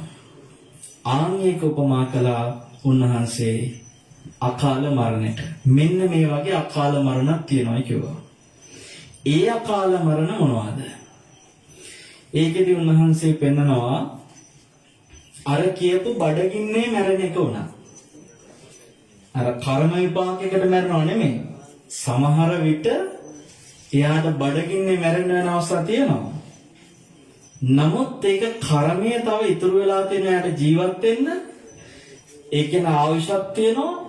නමුත් එයාට කෑම නොලැබීම නිසා බඩගින්නේ මැරෙනවා කර්ම විපාකයක් බලපාන්නේ නැතුව. ඒ මරණය අකාල මරණයක්. එතකොට පින්වත්නි කෙනෙක් බඩගින්නේ මැරුණා, පිපාසයෙන් මැරුණා, සර්පේ දෂ්ට කළ මැරුණා කියන ඒවා එකක්වත් ඊට පස්සේ ගින්නෙන් මැරෙනවා, වසවිසින් මැරෙනවා, ආයුධයකින් පහර කාලා මැරෙනවා, වතුර ගිල්ල මැරෙනවා කියන එකක්වත් ඒකාන්තයෙන් කර්මය නිසාම කියන්න බෑ. කර්මය නැතුව මැරෙන අවස්ථාවක් තියෙනවා ওই විදිහට. ඒවා කාල මරණ. අපි දැන් හිතමු දෙන්නේ ගින්නට අහු වෙනවා. ඒ ගින්නට අහු වෙන දෙන්නගේ එක්කෙනෙක් කර්මය නිසාම ගින්නට අහු වෙනවා. හැබැයි තව එක්කෙනෙක් උතන ඉන්න පුළුවන් පින්වත්නි කර්මය බලපාලා නැතුව ගින්නට අහු වෙනවා. අන්න එතෙන්දි තමයි බෙදන්න වෙන්නේ. අර කර්මය නිසා ගින්නට අහු වෙච්ච කෙනාගේ මරණය කාල මරණය. කර්මයක් නොවි ගින්නට අහු වෙච්ච එක මොකද්ද? ඒක අකාල මරණයක්. ඇයි යාට කර්මෙත් තියෙනවා තව ඉතුරු වෙලා ජීවත් වෙන්න අවශ්‍යත් තියෙනවා. ගින්නට අහු වුණා. අන්න ඒකයි තියෙනවා කාල මරණයට. එතකොට අපි කාල මරණ කියන එක අකාල මරණ කියන එක මැනලා තියෙන වයසින්. වයසින් නෙමෙයි එතකොට මේකමයින්න තියෙන්නේ. දැන් එනම් මල ගෙදරකට ගිහිල්ලා අකාල මරණයක් කියන එක අපිට කියන්න බෑනේ නිශ්චිතව. ඒ වගේම ස්වාමීන් වහන්සේ හරි ලස්සනට පෙන්නනවා පිත නිසා මැරෙන එක, වාත නිසා මැරෙන එක, සෙම නිසා මැරෙන එක. මේවත් පින්වත්නි අකාල මරණ කොටෙත් තියෙනවා, කාල මරණ කොටෙත් තියෙනවා කිව්වා. සමහරව ඉන්නවා එයාගේ කර්ම විපාක ගෙවන්න ඕනකම හින්දා පිත නිසා මැරෙන, වාත නිසා මැරෙන, සෙම නිසා මැරෙන. සමහරව ඉන්නවා කර්මයක් ගෙවීමක් නැහැ, වාත නිසා, පිත නිසා, සෙම නිසා, ඍතු විපර්යාස ප්‍රශ්න නිසා, ඒ වගේ දේවල් නිසා මැරෙනවා. සීතල නිසා, සන්නිපාත නිසා කර්මයේ නොවි මැරෙන අවස්ථා තියෙනවා. කර්ම විපාකයක් ගෙවන්න නැතුවම මැරෙන අවස්ථා තියෙනවා. දැන් අපෙන් සමහරව අහනවා මේ කොරෝනාත් එක්ක මැරෙන හැමෝම කර්ම නිසා මැරෙනවද කියලා. කොරෝනා මරණ. ඒ එක ගෙදර සමහර ලාවට සමහරුන්ට කොරෝනා හැදෙලා හොඳ වෙනවා, තව සමහරව මැරෙනවා. එක ගෙදර ඉන්න අය. සමහර ලාට වයසක මිනිස්සු ඉතුරු වෙනවා හොඳට. මේ තරුණ අය මැරෙනවාක් තියෙනවා. දැන් මම දන්න අපේම හිතවත් පවුලක ඒ පවුලේ අවුරුදු 80 ගානක ආච්චි කෙනෙක් ඉන්නවා ගෙදර. තරුණ ළමයි 3 දෙනෙකුත් ඉන්නවා. ඒ ළමයි 3 දෙනාගේ අම්මයි තාත්තයි ඉන්නවා. මේ තරුණ ළමයින්ගේ එක ළමයෙකුට හොඳටම අමාරු වුණා. එක තරුණ ළමයෙකුට අවුරුදු 20 ගානක්. අර අවුරුදු 80 ගානේ ආච්චි කොරෝනා හැදුනා පොසිටිව්. එයාට ගානක්වත් නැහැ, කිසිම රෝග ලක්ෂණයක්වත් නැහැ. ඔන්න ඒ වෙලාවට තමයි කල්පනා කරන්න වෙන්නේ මේකත් මේ කර්මයේ ප්‍රශ්නයක්ද කියලා. එතෙන්දි තේරුම් ගන්න පින්වත්නි සන්නිපාත මරණ, සෙම මරණ මේවා තියනයි කිව්වා කර්ම දායාදේ නොවි මැරෙන අවස්ථා. එතකොට මෙන්න මේ ප්‍රශ්නෙත් එක්ක අපිට හිතන්න සිද්ධ වෙනවා මේ ලෝකේ අපි යමෙක් යම්කිසි වයසක මැරෙනකොට එයා මැරිච්ච අවස්ථාව කර්ම දායාදයක් නිසා නම් මැරුණේ. ඒ කර්ම දායාද නිසා මැරිච්ච කෙනා පමණයි කාල මරණ ගොඩට වැටෙන්නේ. ඊට පස්සේ තවත් කාල මරණයක් වෙනවා. හරියට අර ගහේ ගෙඩියක් නිකම්ම බිමට වැටෙනවා වගේ වයස ඉවර වෙලාම ගිහිල්ලා මැරෙන ඒවත් කාල මරණ ගොඩට තියෙනවා. දැන් අපිට හරියට කියන්න බෑ එහෙනම් සිසිල් තාත්තා එක පැත්තකින් වයෝවෘද්ධ ආයුෂ ජීවිතේ බොහෝ ගෙවලා සුජීවත්ව බොහෝ කාලයක් තාත්තා සතුටින් වාසය කරලා ජීවිතය අතහැරියා. අනික මට පුතා කිව්වා රෝහලට ගියේ පවා හොඳින් ඇවිදගෙන. හොඳට කාය ශක්තිය තාත්තට තිබුණා. එතකොට අපිට තේරෙනවා එතෙන්දී තාත්තා හොඳින් ආයුෂ ගෙවුවා ජීවිතේ. එතෙන්දී තාත්තා ජීවිතේ සතුටින් ඒ ගෙවපු ආයුෂ ටික අර ආයු කාලය අවසන් කරලා ජීවිතය අතහැරීමක් වෙන්නත් පුළුවන්. නේද? එහෙම වුණොත් පින්වත්නි ඒක අර හරියට ගහක ගෙඩිය ඉදිලා ඉවරුණාට පස්සේ සුදුසු කාලේ වැටෙනවා වගේ. ඒ වැටෙන හේතු අතරේ පිත නිසා මැරෙන්න පුළුවන්, සෙම නිසා මැරෙන්න පුළුවන්, වාත නිසා මැරෙන්න පුළුවන්, ආයුෂ අවසන් කරලා මැරෙන අය. ජීවිතය අවශ්‍ය අවසන් කරනකොට. මොකද මොකක් හරි හේතුවක් තියෙන්න බෑ. මොකක් හරි හේතුවක් නැත්තම් මරණ පරීක්ෂණය කරලා ලියන්න වෙන්නේ මෙයාට මැරිච් එකට හේතුවක් නැහැ කියලා කියනවා. නමුත් මරණ පරීක්ෂක කෙනෙක් කොහොම මරුණත් මොකක් හරි හේතුවක් ලියනවද නැද්ද? මෙයා මැරුණේ මේ හේතුව නිසා කියලා. අන්නේ හේතුව වගේ ජීවිතයේ ආයුෂ අවසන් කරලා මැරෙන අය කාල මරණ ගොඩට අයිති වෙනවා. උපමාවකින් ගහක ගෙඩියක් ඉදිලා බිම වැටෙනවා වගේ. ඒකට අර හේතු වටින් ඕන එකක් හේතු වෙන්න පුළුවන්. මොනවද හේතුවට? පිත්ත නිසා සුදුසු කාලේ ආයුෂ අවසන් කරලා මැරෙන්න පුළුවන්. වාතය නිසා, සෙම නිසා, ඍතු විපර්යාස ප්‍රශ්නයක් නිසා ඒකක් තියෙනවා. ඒ කියන්නේ සමහරලාට සීතල උණුසුම් මේ ඍතු වෙනස් වෙනකොට සමහරට වයෝවෘද්ධ වෙච්ච කෙනෙක් ඒ සීතල නිසා හරි උණුසුම නිසා හරි මැරෙන්න පුළුවන්. හැබැයි ඒක පින්වත්නි අකාල මරණ වලට අයිති වෙන්නේ නැහැ. මොකද එයා වයෝවෘද්ධ වෙලා මැරෙනකොට එයා හරියට අර ගහේ ගෙඩියක් බිම වැටෙන්න ඉදිච්ච එක හේතු කරගෙන මැරෙනවා වගේ. මේක මහා පුදුම මේ දැන් හරියට කිව්වොත් එහෙම මේක හරි ව්‍යාකූලයි. ඇයි ව්‍යාකූල? ඒ ව්‍යාකූලකම හරියට අර කර්මයේ ව්‍යාකූලකම වගේ. බුදුහාමුදුරුවෝ කර්ම විපාක අචින්ත්‍යයි කියලාද නැද්ද? කෙනෙක්ගේ කර්ම විපාක ගැන හිතන එක හිතලා ඉවර කරන්න බෑ. ඒක අචින්ත්‍යයි. ඒක බුදු කෙනෙකුට විතරයි හරියටම කියන්න පුළුවන්. ඒ වගේ තමයි පින්වත්නි කෙනෙක් මැරිච්ච එකක් කියන්න පුළුවන් හරියටම. මෙයා කාල මරණයක්, මෙයා අකාල මරණයක්ද කියලා හරියටම ටක්කෙට කියනවා නම් කියන්න පුළුවන් කාටද? බුදු කෙනෙකුට. අපිට ඒක හරියටම කියන්න බෑ. හේතුව අපි කවුරුවත් දන්නේ අර පිටෙන් වාතයෙන් සෙමෙන් ආවේදෙන් මොකෙන් මැරුණත් ඒ කොතනදී මැරිච්ච එක වුණත් මේක කර්මයක් නිසා මැරුණාද? එහෙම නැත්නම් මෙයාට අවශ්‍යතාවය ඉතුරු වෙලා මැරුණාද කියලා. දැන් අපි දැකලා තියෙනවා සමහරවිට වාහනයක රියානුතුරු වෙලා මැරිච්ච බොහෝ අය ඔය පෙර ජීවිත ගැන කියන අවස්ථා. අතීතේ මං ගියාත්මේ මෙහි ඉපදිලා හිටියා. මම මෙහෙම ඇක්සිඩන්ට් එකක් වෙලා මැරුණා. ඒ ගියාත්ම ගැන කියනවා කියන ගොඩාක් අයගේ කතා හොඳට බලන්න ගොඩක් ඒවා තියෙන්නේ අනුතුරක් නිසා මැරුණා කියන ඒවා. ඔගෙන පරේක්ෂණ කරපුවා තියෙනවා මේ අනුතුරු නිසා මැරුණා කියලා. හේතුව වෙලා තියෙන්නේ මොකද? එයාට කර්මයේ තව ඉතුරුයි. අර අකාල මරණකින් මැරිලා තියෙනවා. ඒ ඉතුරු වෙච්ච ටික ගෙවන්න ආපහු කන්ටිනියු වෙනවා වගේ එයා ආපහු වෙනවා. මම පොඩි උදාහරණයකට මෙහෙම කියන්නම්. ඔන්න අවුරුදු 80ක් කර්මයේ එක්ක උපදිනවා මනුෂ්‍ය ලෝකේ අවුරුදු 80ක් ඉන්න. හැබැයි අවුරුදු 30ක් ගෙවද්දී ඇක්සිඩන්ට් එකකින් මැරෙනවා. දැන් යාට මනුෂ්‍ය ලෝකේ ඉන්න කොච්චර ආයුෂයක් තිබ්බද කර්මයේ මුළු ප්‍රමාණය 80ක්. ඇක්සිඩන්ට් උනේ 30.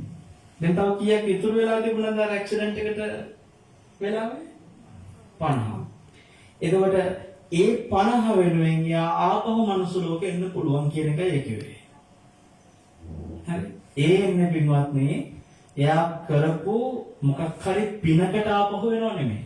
දැන් සමහර අයම ආපහු අය කියනවා මං ගියාත්මේ මෙහෙම ඇක්සිඩන්ට් එකකින් මැරුණා. බලනකොට ඒ ගියාත්මේ මේ මෙලෝ පිනක් කරලා නැහැ. බිබී ඉඳලා තියෙනවා. හැබැයි බිබී හිටියට මේ මොනසේ ආයි මනුස්ස ලෝකෙ ඇවිල්ලා. දැන් මේ පොඩි ළමයි එයා කියනවා මං ගියාත්මේ අතනදී ඇක්සිඩන්ට් වුණා ඔක්කොම විස්තර ටික හරියට කියනවා. ඒතකොට කෙනෙකුට ප්‍රශ්නයක් එන්න පුළුවන් බිබී හිටිය මිනිස්සයා ආපහු මනුස්ස ලෝකෙට ආවේ කොහොමද?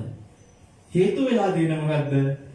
එයාගේ තව අර 80න් තව 50ක් ඉතුරු වෙලා තියෙන නිසා ඒ 50 වෙනුවෙන් තමයි මේ ආයෙ ඇවිල්ලා තියෙන්නේ. ඒ 50 ගෙවන්න. අන්න එහෙම වෙන අවස්ථා තියෙනවා. දැන් ඕගොල්ලෝ මම අපි එහෙම ආපු අයද දන්නෙත් නැහැ මේ ඉතුරු ටිකට. දැන් බලන්න අම්බපාලිගේ සිද්ධියේදී වරුණයි මායි ගොඩාක් වෙලාවට සාකච්ඡාවලදී ගන්න උදාහරණයක් අම්බපාලේ කාශ්‍යප බුද්ධ ශාසනයේදී භික්ෂුණියක් විදිහට බුද්ධ උපස්ථාන කරනවා හරියට. හරි? නමුත් රහත් මෙහෙණියකට අර නගර සෝබිනියකගේ වචනේ කියපු එකම එක වචනයක අකුසලයේ නිසා ඒ භික්ඛුණී ආත්මේ සිල්වත් ගෙවුවත් අපවත් වෙලා ඉපදුනේ නිරේ දුක් විඳලා කාශ්‍යප බුද්ධ ශාසනයේ භික්ඛුණී ආත්මෙන් පස්සේ නිරේ දුක් විඳලා එන්නේ මනුෂ්‍ය ලෝකෙට. හැබැයි කාන්තාවක් මනුෂ්‍ය ලෝකෙට ඇවිල්ලා නගර සෝබිනියක්. ඒ නගර සෝබිනිය වෙච්ච අවස්ථාවේ ඉඳලා බුද්ධාන්තරේම කාශ්‍යප බුද්ධ ශාසනය ඉඳලා ගෞතම බුද්ධ ශාසනය වෙනකන් ආත්ම 500ක් නගර සෝබිනිය. ආත්ම 500ක්. ඔන්න එතෙන්දී පොඩි ප්‍රශ්නයක් එනවා. සාමාන්‍යයෙන් නගර සෝබිනියක් විදියට ඉඳලා කෙනෙක් මරුණාට පස්සේ අපි යාව දැකලා කියන්නේ අනිවාර්යෙන් මෙයා කොහේ උපදින්නේ නැද්ද? නගර සෝබිනියක් සාමාන්‍යයෙන් හොඳ වචන කියන්නේත් නැහැ, හොඳ ක්‍රියා කරන්නේත් නැහැ නේ ගොඩක් වෙලාවට. අකුසල්මනේ කරන්නේ, කියන්නේ අකුසල්මයි කටින්.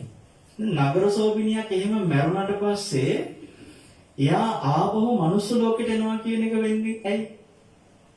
එතන තියෙන්නේ අර යාගේ මනුස්ස ජීවිත ගෙවන්න තියෙන ආයුෂ කර්ම ප්‍රමාණයක් තියෙනවා. ඒ කර්මයේ බලවත් ඇයි බුද්ධෝපස්ථාන කරපු කුසලයේ පිනට. බුද්ධෝපස්ථානයේම තියෙන කුසලයට තියෙන මිනිස්සාත්මේ ආත්ම සිය ගාණක් මිනිස්සාත්මම ලබන්න.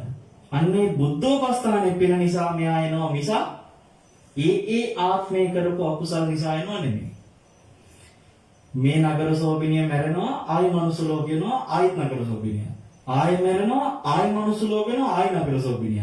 මේ මැරෙනවා ආයි මනුස්ස ලෝකේ යනවා ආයි නගර සෝබිනිය. අපිට ප්‍රශ්නයක් එනවා එතකොට නගර සෝබිනියක් වෙලා අච්චර පිස්සු කරලා මැරිලා ආයි මනුස්ස ලෝකෙ එන්න පුළුවන් නම් එහෙනම් ඉතින් අපි ඕන කෙනෙක් මොනවා කරත් මොකෝ කියලා අපිට හිතෙන්න පුළුවන්.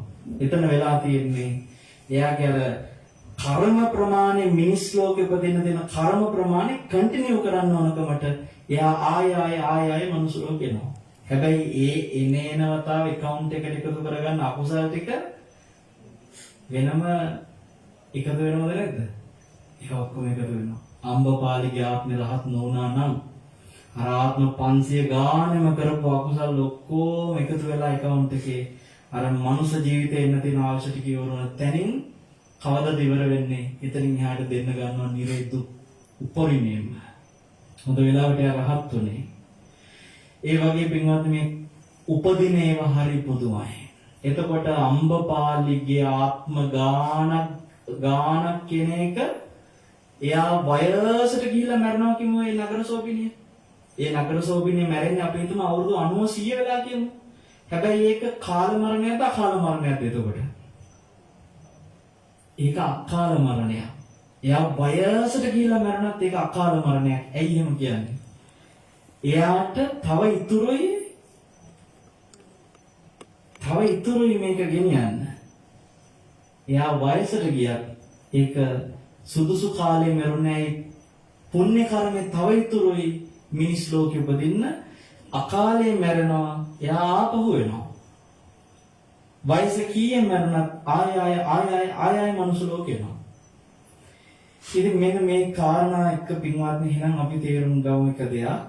අපි හැම කෙනාගේම ජීවිතවල අපිට මේ මරණ ගැන අහන්න ලැබෙන එක අවස්ථාවල අපි මලගෙදරකට ගිහිල්ලා මනින්නේ නැතුව ඉන්න ඕන දෙයක් කියලා තේරුම් ගන්න වෙනවා. ධර්මයේ දන්න කෙනා කවදාකවත් මේක නම් කාල මරණයක් මේක නම් අකාල මරණයක් කියලා අපිට මේ පේන අය ගැන මනින්න බෑ. අර සිද්ධිය අපි අර අම්බපාලිගේ ගැන මට බය නැතුව කියන්න පුළුවන් උනේ අම්බපාලිගේ පෙර ආත්ම ගැන කර්මත් එක්කම අපි දන්න නිසා, අහලා තියෙන නිසා. සාමාවතීගේ සිද්ධියේදී මම බය නැතුව කිව්වේ මේක මොන මරණයක්ද කියලා කිව්වේ සාමාවතී ගැන අපි කර්ම විපාකත් එක්ක අහලා තියෙන නිසා. හැබැයි අපි දැන් මේ වර්තමානයේ යන මලගෙදරක ගිහිල්ලා අපි මැරිච්ච මිනිසයාගේ කර්මයක් දන්නෙත් නැහැ. ඒ මිනිසයා මැරිච්ච හේතුව මොකක්ද කියලා දන්නෙත් නැහැ. එහෙනම් අපිට කිසි මරණයක් ගැන කියන්න බෑ. මේක මොන මරණයක් කියලාද? මේක කාලද අකාලද මුකුත් කියන්න බෑ.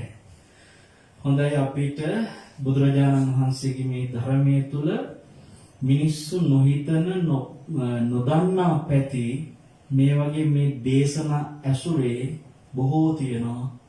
මේ කාරණා සමහර වෙලාවට හරිම පරිස්සමින් තේරුම් ගන්න ඕනේ. ඉතින් ඕගොල්ලෝ ධර්මයේ කතා කරනකොට ධර්මයේ ඉගෙන ගන්නකොට තව තවත් ධර්මඥානය ඇති කරගන්න උත්සාහවන්ත වෙන්න. මම හිතන්නේ අපේ නෙල්ලිගල හාමුදුරුවෝ සතිපතා ඔයගලන්ගේ ගෙදරට වැඩම කරනවා. නෙතිෆම් නාලිකාවේ හැම සෙනසුරාදාම උදෑසන සාක්‍යාවලෝකනයේ වැඩසටහනින් උන්වහන්සේගෙන් වටිනා ධර්මඥානයක් ධර්ම දායාදයක් ලබන්න වාසනාව තියෙනවා. ඒ වගේම මම හිතන්නේ සිරස ටීවී නාලිකාවේ හැම පොයටම උදෑසන වැඩසටහනක් සිදු වෙනවා. මෙතන මේ නාලිකා දෙකේම නෙතිෆම් නාලිකාවේ අපේ ප්‍රධාන විධායක නිලධාරීතුමන්, ඒ වගේම සිරස ටීවී නාලිකාවේ ආගමික අංශයේ ප්‍රධාන නිලධාරීතුමන් ඉන්නවා. කල්යාණ මිත්‍ර මේ හැම කෙනාගේම ඇසුරින් අද දවසේ මේ සියලු දෙනාට ධර්ම දායාදේ බෙදා දෙන මොහොතේ එදා මෙදා තුර මේ ගෙදරට ආපු නාපු වචනකින් හරි උදව් උපකාර කරපු හැම දෙනාම තම තමන් රැස් කළ පින්. ඒ සියලුම පින් මේ වෙලාවේ පින්වත්නි අපි සිහිපත් කරගමු. මෙතෙන්ට බණ අහන්න ආපු හැමෝම තමන් රැස් කළ පින හිතේ තියාගෙන අනුමෝදන් කරමු ආදරණීය තාත්තට.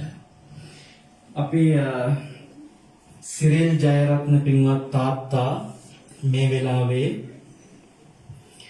යම්කිසි ලෝකයක උපන්නා නම් ඒ තාත්තාගේ ජීවිතේ බොහෝම සුවසේ ඒ තාත්තා අපේ වරුණ අයියා කිව්වා වගේ සතුට වෙනවා ඇති.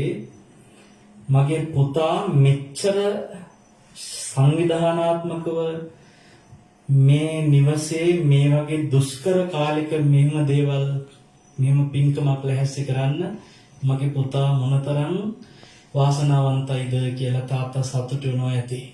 උපන්නා වූ ලෝකයක සිට අපේ සමහර වෙලාවට එක පැත්තකින් පිරිසක් අඬනකොට තව පැත්තකින් තව පිරිසක් සතුටු වෙනවා. දැන් සමහර උපත් තියෙනවා, ඔයගොල්ලෝ දන්න ඕපපාතික උපදිනවා. ඒ කියන්නේ මෙහෙන් කර්මය අවසන් වෙලා මැරෙනකොටම ඒ ක්ෂණයෙන්ම තව දැනක මුළු කයම ඕපපාතිකව පහළ වෙනවා. එතකොට දැන් ඔබ හිතන්නේ දෙවියන් අතර එහෙම පහළ වුණා කියලා. දෙවියන් අතර එකට හිටපු කෙනෙක් චුත වෙද්දී දෙවිවරුත් හඬනවා. දෙවිවරුත් වැළපෙනවා. දෙවියන්ට අලුත් සමාජිකයෙක් එකතු වෙනකොට දෙවිවරුත් අපි වගේ තමයි. ළමෙක් අලුතෙන් ඉපදුනාම අපි සතුට වෙනවා වගේ දෙවිවරුත් සතුට වෙනවා. දෙවියන්ටත් ළමයි ඉන්නවා පිටමන්නේ. ඕපපාතිකව ඉපදුනත් දෙවියන්ට ළමයි ඉන්නවා. එතකොට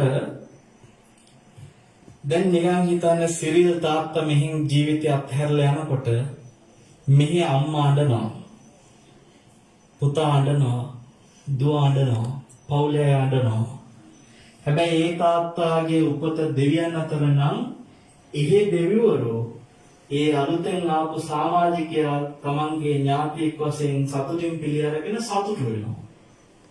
එක පැත්තක කට්ටියක් අඬනවා කෙනෙක් වෙනුවෙන්, තව පැත්තක කට්ටියක් සතුටු වෙනවා වෙනවානේ.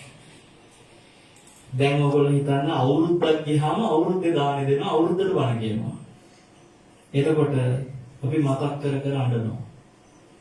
දැන් සිරිල් තාත්තා මනුස්ස ලෝකෙ පුදුනේ කියමුකෝ. එහෙනම් අවුරුද්දක් ගත වෙච්ච තැන මිනිස් මව් කුසේ කාලෙත් ගෙවලා දරුවා බිහි වෙලාද නැද්ද? මේ අවුරුද්ද පින්කම කරනකොට සිරිල් තාත්තා මනුස්ස ලෝකේ කොහේ හරි තැනක අලුත බිහි වෙලා මාස ගානයි. මෙහි අඬනවා. මෙහි දන් දීදී බණ කියා පවුලේ කට්ටිය පින් දීදී අඬනවා.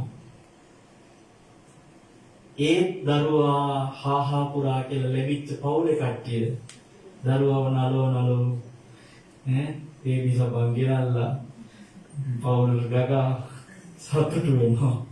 ඉන්නේ නායක පෙන්න සතුටු වෙනවා. එක කෙනෙක් වෙනුවෙන් එක කට්ටියක් අඬනවා, තව කට්ටියක් සතුටු වෙනවා.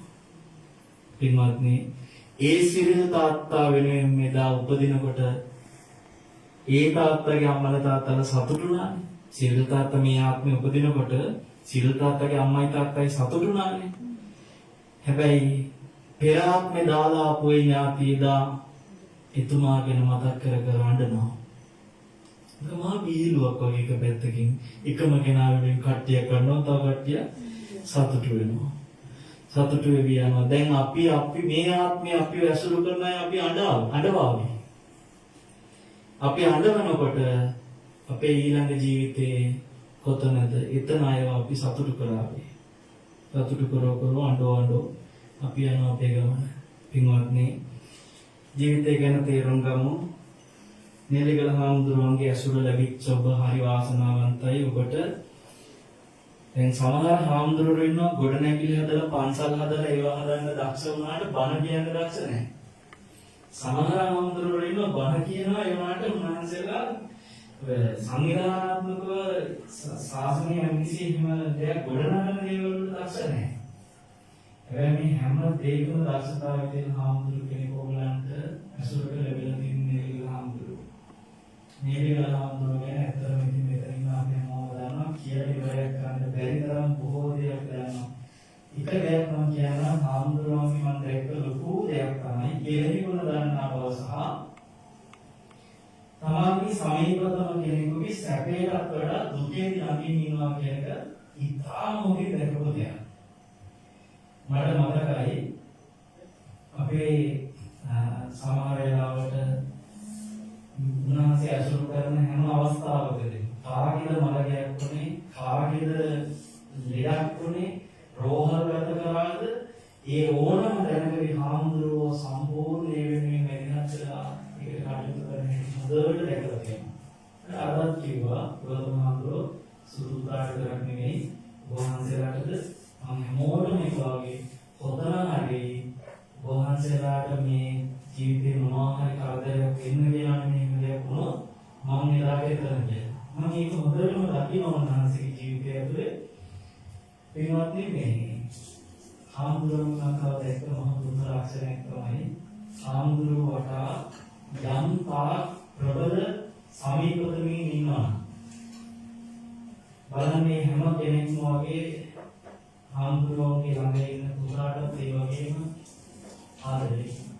මේ නිවසේට හොඳාපතිතුමා විවිධ දේශපාලකින් විවිධ වශයෙන් හාමුදුරුවෝ අසුර කරන සමීපතමින් බොහෝ ප්‍රභූවය වර්ණයකෝ ආවා.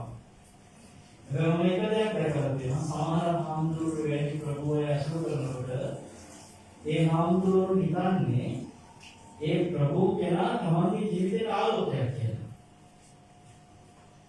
නේලිගල හාමුදුරුවෝගේ මම කිසිම හාමුදුරුවෝ කෙනෙක්ගේ දැක්ක නැති අපූර්ව උපමාවක් උන්වහන්සේගෙන් මට අහන්න ලැබුණා. මේ උපමාව වල දැනගන්න ඉන්නේ වටනවා උන්වහන්සේ මොනවගේ චරිතයක්ද කියන එක තේරුම් ගන්න. දවසක් උන්වහන්සේ අපේ ඉලහමුදාවතුමාගේ කීතර දීමක් ලැබෙනවා.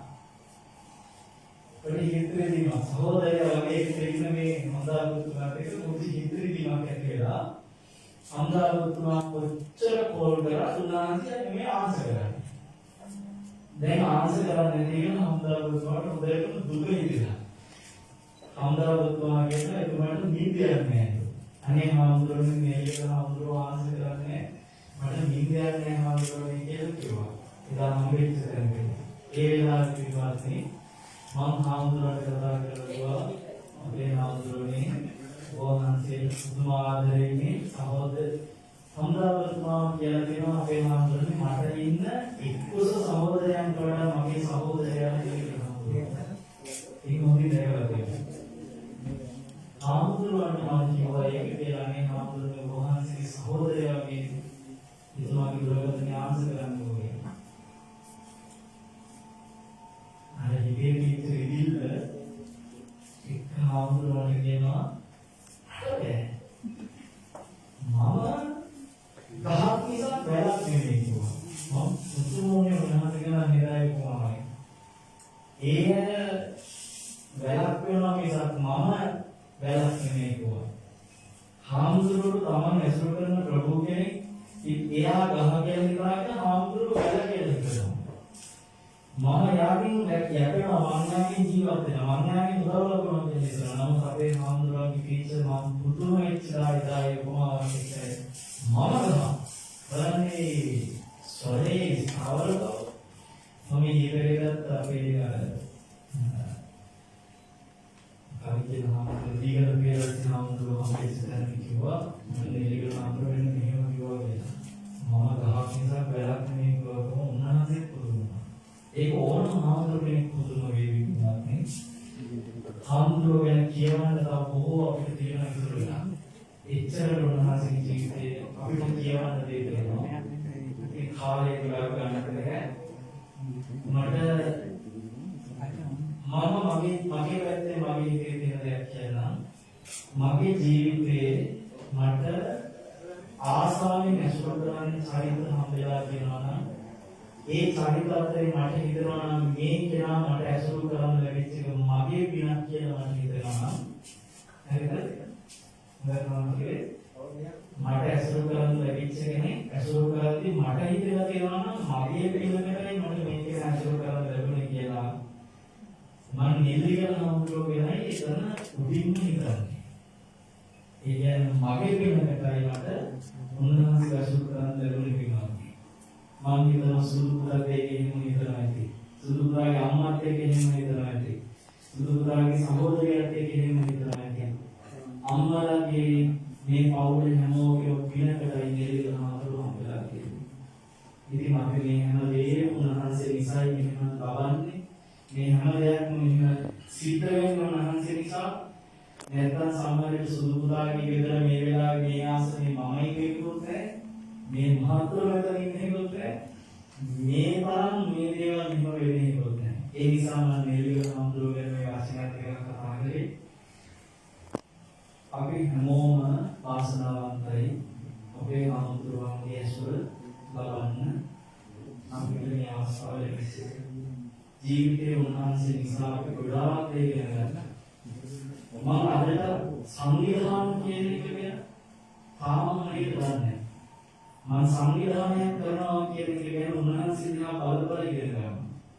වැඩක් කරන්නේ කොහොමද කියන එක ගැන මම උන්වහන්සේගෙන් නිතරම ඉගෙන ගන්නවා. ආමුද්‍රෝ මට එහෙම දෙයකම මහා ආදර්ශයක්. මම ඒ නිසා උන්වහන්සේ ගුරුවරයෙක් වගේ සැලකනවා. මගේ ජීවිතේ මේ ශාසනික ගමනට මහා ශක්තියක් උන්වහන්සේ. ආමුද්‍රන්ට අපි ඉස්සරහම මේ ආශිර්වාද කරමු. මේ හැම දෙයකම මහා දායාදයක් ඔබට දායාද කරලා සිරිල් තාක්කවට මේ අප්‍රමාණ පින්දස් කරගන්න පුදුමාකාර සංවිධානයකින් කිසිම අඩුපාඩුවක් කොතනකවත් ඉදිරි නොකර කටයුතු කරන අපේ ආමුද්‍රෝ කොච්චර කිව්වත් අහන්නේ නැහැ මාස්ටික දාන්නෙම නැහැ. ඒ නිසා උන්වහන්සේලා අපි පළවෙනිටම මේ පින ආශිර්වාද කරමු. මාස්ටික නොදා ඉන්න උන්වහන්සේගේ ජීවිතය ආරක්ෂා වෙන්න උන්වහන්සේ මේ කොරෝනා නිසා ආරක්ෂා වෙලා ජීවිතේ අපිට වඩා බොහෝ කාලයක් සුජීවත්ව වාසය කරන අපේ හාමුදුරන්ට දීර්ඝායුෂ දෙන්න අපි කරන හැම පිනකම බලයෙන් උන්වහන්සේ සුරක්ෂාව උන්වහන්සේගේ ජීවිතේ දෙවියෝ රකිමින් තෙරුවන්ගේ ආශිර්වාදයත් සැලසීමෙන් අපේ හාමුදුරුවෝ බොහෝ කල මේ සසුන් වැඩ වඩත්වා කියලා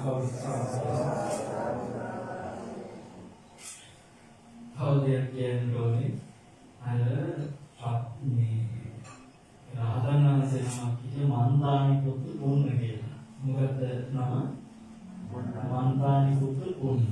ඉවත්නි රහතන් වහන්සේ උන්වහන්සේ ලේසි භාෂ අවබෝධයක් තිබෙන කෙනෙක් නෙමෙයි. ඔය සප්ත විසුද්ධිය ගැන සූත්‍ර පිටකයේ තියෙන එකම එක සූත්‍රය විතරයි. සියලු සූත්‍ර අතරේ සප්ත විසුද්ධිය ගැන තියෙන්නේ මන්දානි පුත්තු පුන්නහාමුදුරුවෝ කරපු දේශනා. එවැනි මහා දේශනයක් කරන්න තරම් උන්වහන්සේ ප්‍රඥාවන්තයි.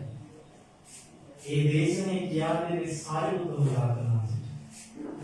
ඒ කියන්නේ මන්දානි පුත්තු පුන්නහාමුදුරුවන්ගේ ධර්ම දේශන අහන්න ආසෙ ඉඳලා සරියුත් මහරහතන් වහන්සේ ඔයාගේ ගිහිලා කැලේ ගහක් යට මුණ ගිහිලා පුන්නහාමුදුරුවන්ගෙන් බණ අහනවා. කවුද? සාරිපුත්ත මහරහතන්.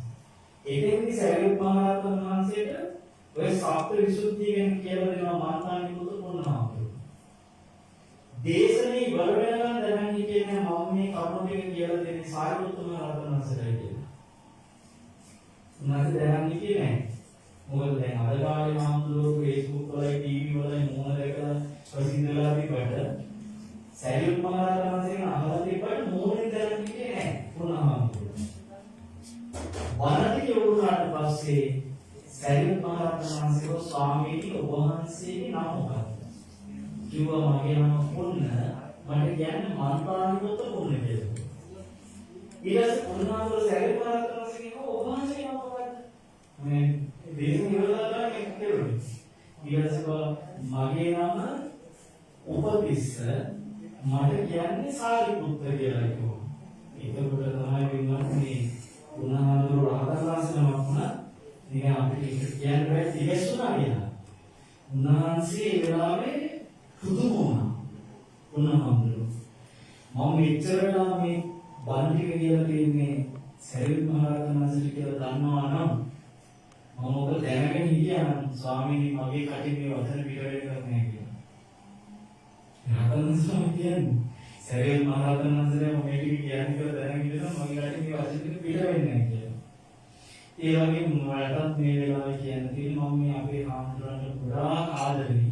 ගොඩාක් සෙනෙහසින් ගෞරවයක් කරනවා.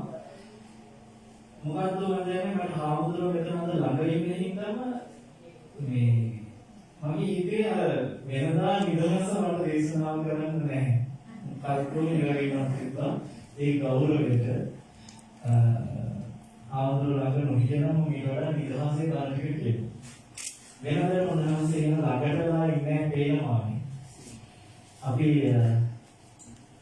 අද දවසේ අපේ ප්‍රධාන ආරම්භයට යමු වෙන්නේ ආතර කින්දෙමු ඕගොල්ලෝ කවුරුත් ඔයගලගේ අතට පිට සංග්‍රහය බුද්ධි විඳින්න මොකද ඕක දානයක් ඒ දානේ පිනක් අපි ආතර අනුමෝදන් කරමු ඔයගොල්ලෝ ආහාරය බුද්ධි විඳින්න කැමති වෙලාවට පාවිච්චි කරන්න ළඟ තියාගන්න යෝජී සිරිල් ජයරත්න තාත්තගේ තාම සෙනෙහසින් හැමෝම හිතට මතක් කරගෙන මේ ආදරණීය තාත්තා වෙනුවෙනුත් ඒ වගේම සිහිපත් වෙන නොවන සංසාරගත සියලුම මියගිය ඥාතීනුත් සිහියට නගාගමු. මේ අනන්ත සසරේ යම්තාක් අපේ ජීවිතේට ඇසුරු කරමින් ඇසුරු නොකළ හෝ ඥාතියෝ වෙත්නම් සසරගතේ සියලු ඥාතීන් ඇතුළු කොටගෙන ආදරණීය සිරිල් ජයරත්න තාත්තා මේ උතුම් සියලු පුණ්‍ය ධර්මයන් මෙදා තුර අපි අපේ පැවිදි ජීවිතය තුළ පවා රැස් කරගත සියලු පින් ඒ වගේම මදුසංක දිල්ෂානී ආදරණීය පුතා නෙල්ලිගල ජාත්‍යන්තර බෞද්ධ මධ්‍යස්ථානයේ පමණක් නෙවෙයි යටිහෙළගල ගොඩනගන දා ඉඳලා අද කූරගල ගොඩනැගීමේ කටයුතු වලදී පුතාගේ අතින් කෙරෙන අප්‍රමාණ පින් මේ වෙලාවේ මතකයට නගාගමු. ඒ අතරේ නෙල්ලිගල හාමුදුරුවෝ කූරගලට වැඩිය දා ඉඳලා මම හිතන්නේ මුළු නෙල්ලිගල බෞද්ධ මධ්‍යස්ථානයේ සියලු කටයුතු වලින් 50% කියලා හරි අඩක්ම පුතා නිසයි කියලා අපේ හාමුදුරුවෝ කිව්වා. ඉතින් දවස ගානේ රැස් කරන පින් අනන්තයි අප්‍රමාණයි.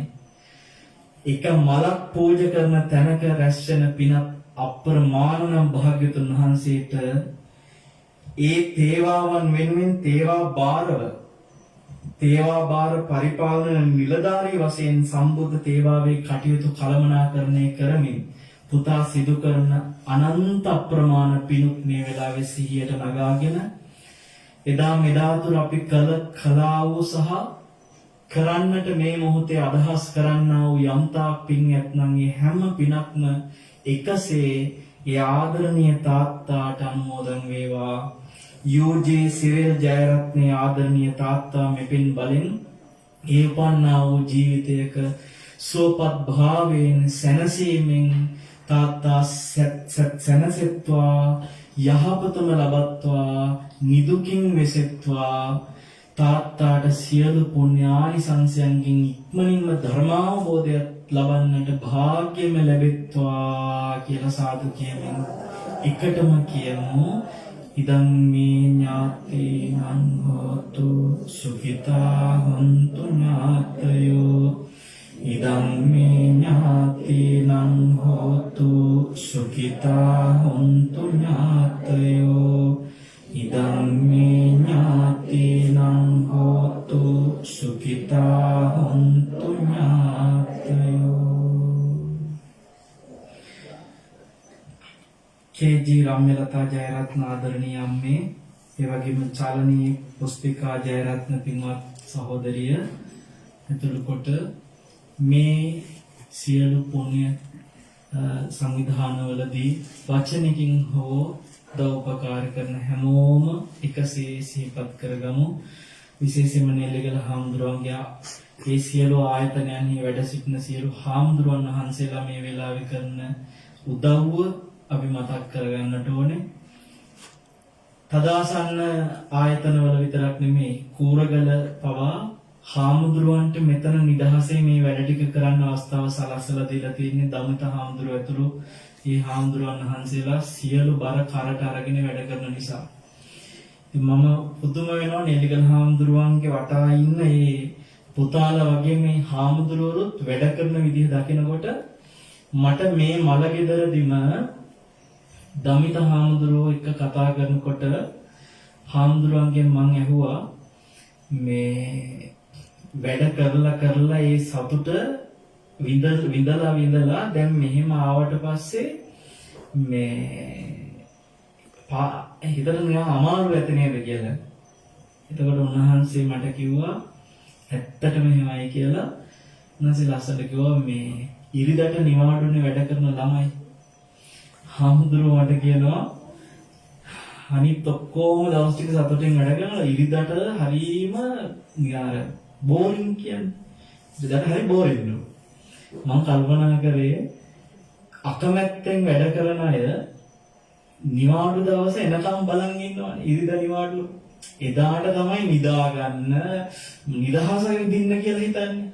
දැන් හාමුදුරුවෝ කියනවා නම් ඒ දවස ඉක්මනට ඉවර වෙනකම් බලන් ඉන්නවා වගේ. ඉරිදා. ඒකෙන් පේනවනේ කොච්චර ආසාවෙන්ද උන්වහන්සේලා ඒ කටයුත්තට මැදිහත් වෙලා තියෙන්නේ කියලා. ඒක හොඳට දැනුණා ඒ කියපු වචනේත් එක්ක ඉරිදා ගැන කියපු වචනේම තේරුණා දමිත හාමුදුරුවෝ මොන කැමැත්තකින්ද කොච්චර සතුටින්ද වැඩේ කරන්නේ කියලා. නෙල්ලිගල හාමුදුරුවෝත් එක්ක පතාගෙන ආපු චරිතය යෑමෝම ඉතින් උන්වහන්සේලා එහෙ බර දරන නිසා තමයි නෙල්ලිගල හාමුදුරුවන්ට නිදහස ලැබුණේ මේ පින්කම සංවිධානය කරන්නේ. ඒ නිසා ඒ සියලුම හාමුදුරුවෝ අපි මේ වෙලාවේ සිහිපත් කරගෙන උන්වහන්සේලා ඔක්කොටම ආශිර්වාද කරමින් නෙල්ලිගල හාමුදුරුවට ගොඩනැගිච්ච මහා තරුණ පවුලක් ඉන්නවා. මාව මෙතන ධර්ම දේශනාවට වඩම්මන් එන තැනදී පවා ඒ මහා තරුණ දරුවෝ ටිකක් තමයි මේ හැම දෙයක් පිටිපස්සෙම ඉන්නේ. ඒ පුතාලත් ඔක්කොම අපි මේ වෙලාවේ එකසේ සිහිපත් කරගමු. වචනෙන් හෝ කිව්ව නොකිව්ව විශේෂයෙන්ම සිරිල් තාත්තගේ ඥාතීන් මෙතන ඇති ඒ සියලු ඥාතීනොත් රාම්‍යලතා අම්මගේ සියලු ඥාතීන්වත් මේ වෙලාවේ සිහිපත් කරගන්නවා. අසල්වාසී මේ වෙලාවේ අපිට සිහි වෙච්ච නොෙච්ච යහළු යෙහෙලි කිව්ව නොකිව්ව ආපු නාපු හැමෝටම එකසේ මේ පින් අපේ පොදුවේ ආශිර්වාද කරමු. විශේෂයෙන්ම මටත් නෙල්ලිගල හාමුදුරුවන්ටත් මහත් සහෝදරත්වයෙන් සහෝදර බැඳීමකින් අපිත් එක්ක එකට කටයුතු කරන අපේ වරුණ දිරිසිංහ මහත්මයාවත් අපි සිහියට නගනවා මේ වෙලාවේ. නේතකම් නාලිකාවේ ප්‍රධාන විධායක නිලධාරීතුමන් අසංක ජයසූරිය මැතිතුමා මගේ ජීවිතේ දැක්ක මහා පොදුම නායකත්වයක් තියෙන කෙනෙක්. ඉතින් සනත් මහත්තයලත් එහෙමයි. සනත් මහත්තයලට වැඩිය මට ගොඩාක් අපේ අසංග මහත්තයා ජීවිතය ඇසුරු කරන්න ලැබිලා තියෙන නිසා මම දැක්ක දෙයක් තමයි සනත් මහත්තයා මේ ඔබතුමා තරහ වෙන එකක් නැහැ මේක කිව්වට ජීවිතේ බොහෝ මාධ්‍ය ආයතන ඇසුරු කරද්දී හොඳින් දැක්කා ඒ ආයතනවල සේවක සේවිකාවන් අතරේ එකිනෙකා පරයා යන්න දඟලන උත්සාහයන් සේවක සේවිකාවන් අතරේ. නමුත් අපි කියන දේ අවංකව දකින්න ඕනේ කියන්න ඕනේ. නෙත් ආයතන ඇතුලේ තමයි මම ජීවිතේ දැක්කේ උපරිමම සහෝදර බැඳීමක් කියන එකක්. ඒක මහා පුදුම බැඳීමක්. විශේෂයෙන්ම වරුණ ඇතුළු ආගමික අංශයේ සහෝදර සහෝදරියෝ ගත්තත් එක්කෙනාට එක්කෙනා උදව් කරගෙන එක්කෙනාට එක්කෙනාගේ ಗುಣ කියාගෙන මහා පුදුම බැම්මක්. ඉතින් ඒ සියල්ල එතෙන්ට ගේන්නේ නායකත්වය දෙන්නේ අසංග ජයසූරිය මහත්තයා. ඒ හොඳ ප්‍රධාන විධායක නිලධාරී කෙනෙක් මං ජීවිතේ දැක්කා නම් ඒ මෙතුමා. ඉතින් අපි මේ සහභාගී වෙච්ච ඒ හැම දෙනාවමත් මම නොදන්න බොහෝ අයට හැමෝම විශේෂයෙන්ම නෙල්ලිගල හඳුරගේ අම්මාවයි තාත්තවයි මේ වෙලාවේ ආදරෙන් සිහිපත් කරනවා. දකින මාත්‍රේ මගේ හිතට මහ පුදුම ආදරයක් ඇති වෙන්නේ ඔය දෙන්න ගැන. මොකද ඔය දෙන්න නිසායි අපි හැමෝම මේ පින් කරගන්නේ. ඉතින් අම්මේ තාත්තා ඔය දෙන්නත් දීර්ඝායුෂ වේවා. කිව්ව නොකියව හැමෝම සුවපත් වේවා, නිදුක් වේවා, නිරෝගී වේවා. සුදු පුතා නිසාම අපිත් මල ගෙදරට සහභාගී වුණා. කොළඹ ඉඳලා මගේ ගොඩාක් කටයුතු අතර ඇවිල්ලා ඉදාම යන්න. ඉතින් සුදු පුතාට අපි පුදුම ආදරයෙන් මදුසංකට මේ මං කවමදාකවත් දැකලා නැහැ මෙයා තරහ ගිහින් ඉන්න කොච්චර කාර්ය බහුල වැඩ අස්සේ වුණා. සමහරුන්ට වැඩ අස්සේ තරහ යනවා.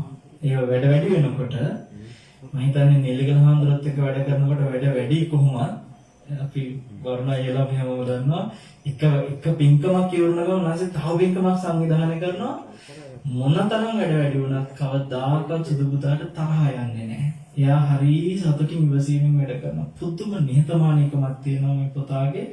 අපිට ඒවා මතක් වෙනකොට සුදු පුතා කියන ඕන දෙයකදී අපි එයත් එක්ක ඉන්නවා.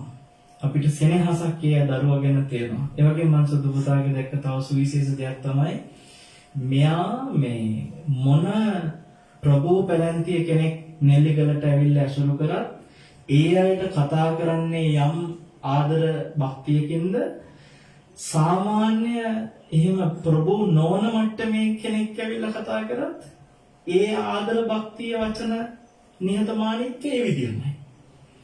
අන්න ඒක මම මහා පොදුම විදිහට දැක්ක දෙයක්. ඒ වගේම අපේ හාමුදුරනේ මම මගේ ළඟ සමහර පුතාලට ටිකක් අර මගේ ළඟ වැඩ කරද්දි පරණ වෙන ළමයින්ට අලුතෙන් එන ළමයින්ට ටිකක් අර සමහරලාවට ඒගොල්ලෝ වැඩ කරද්දි දිනනවානේ මේ මම මෙතන පරණව කෙනෙක් කියලා ඔළුවට එනවනේ පොඩි මාන්නයක්.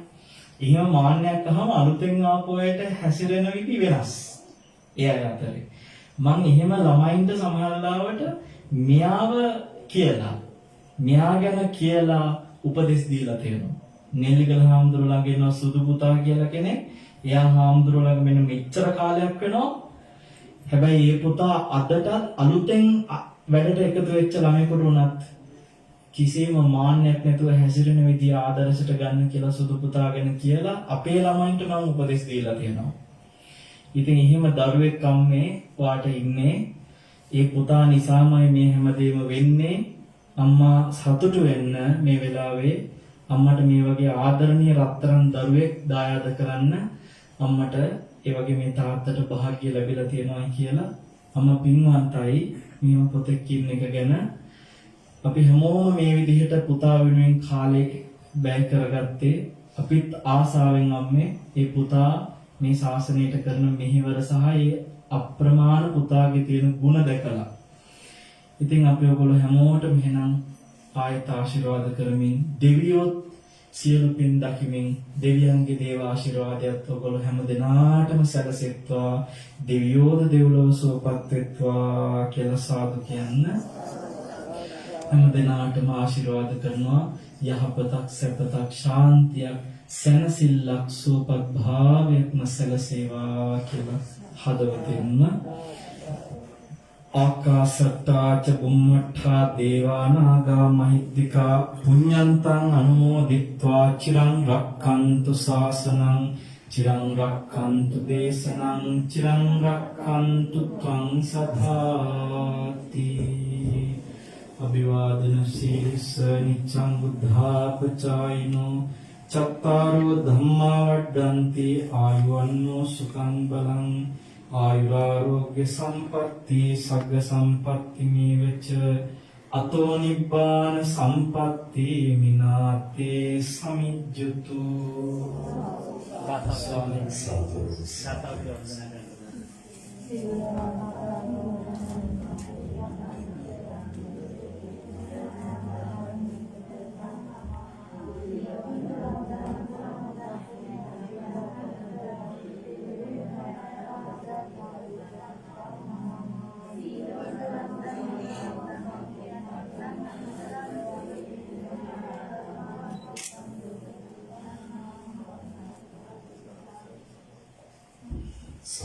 sadhu, sadhu, sadhu.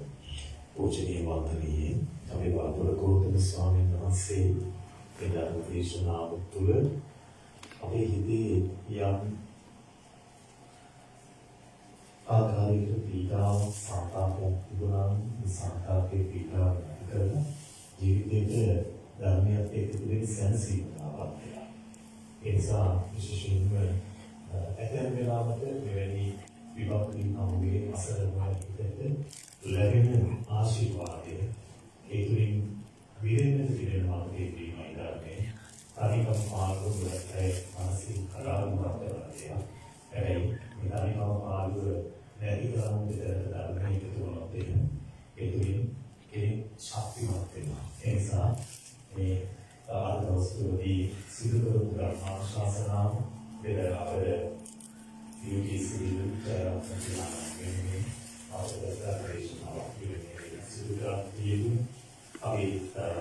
අපේ පූජනීය වරපොළ ගෞතම ස්වාමීන් වහන්සේට පරිස්කාර පූජා කරන්නටයි උතුම් ගෞරවයෙන් ආරාධනා කරන්නේ කේජීරාගේ රතාජයන්ගේ අම්මට යෝගී අපේ නිගල ජාතක බෞද්ධ කල්පනාකාරීත්වයේ සම්බුද්ධ පූජාව කාල පරිපාලන නිලධාරියෙක් කියලා කිව්වොත් ගෞරවයෙන් සිහිපත් කරන අපි සුදු මල් පන්සල් තිරිසාන්ත ඒ වගේම සහෝදරී ඒකී චරණී පුෂ්පිකා ජයරත්න සහෝදරිය බොහෝ ගෞරවයෙන් ආරාධනා කරන අපේ වරපොළ ගෞතම ස්වාමීන් වහන්සේ පරිස්කාර පූජා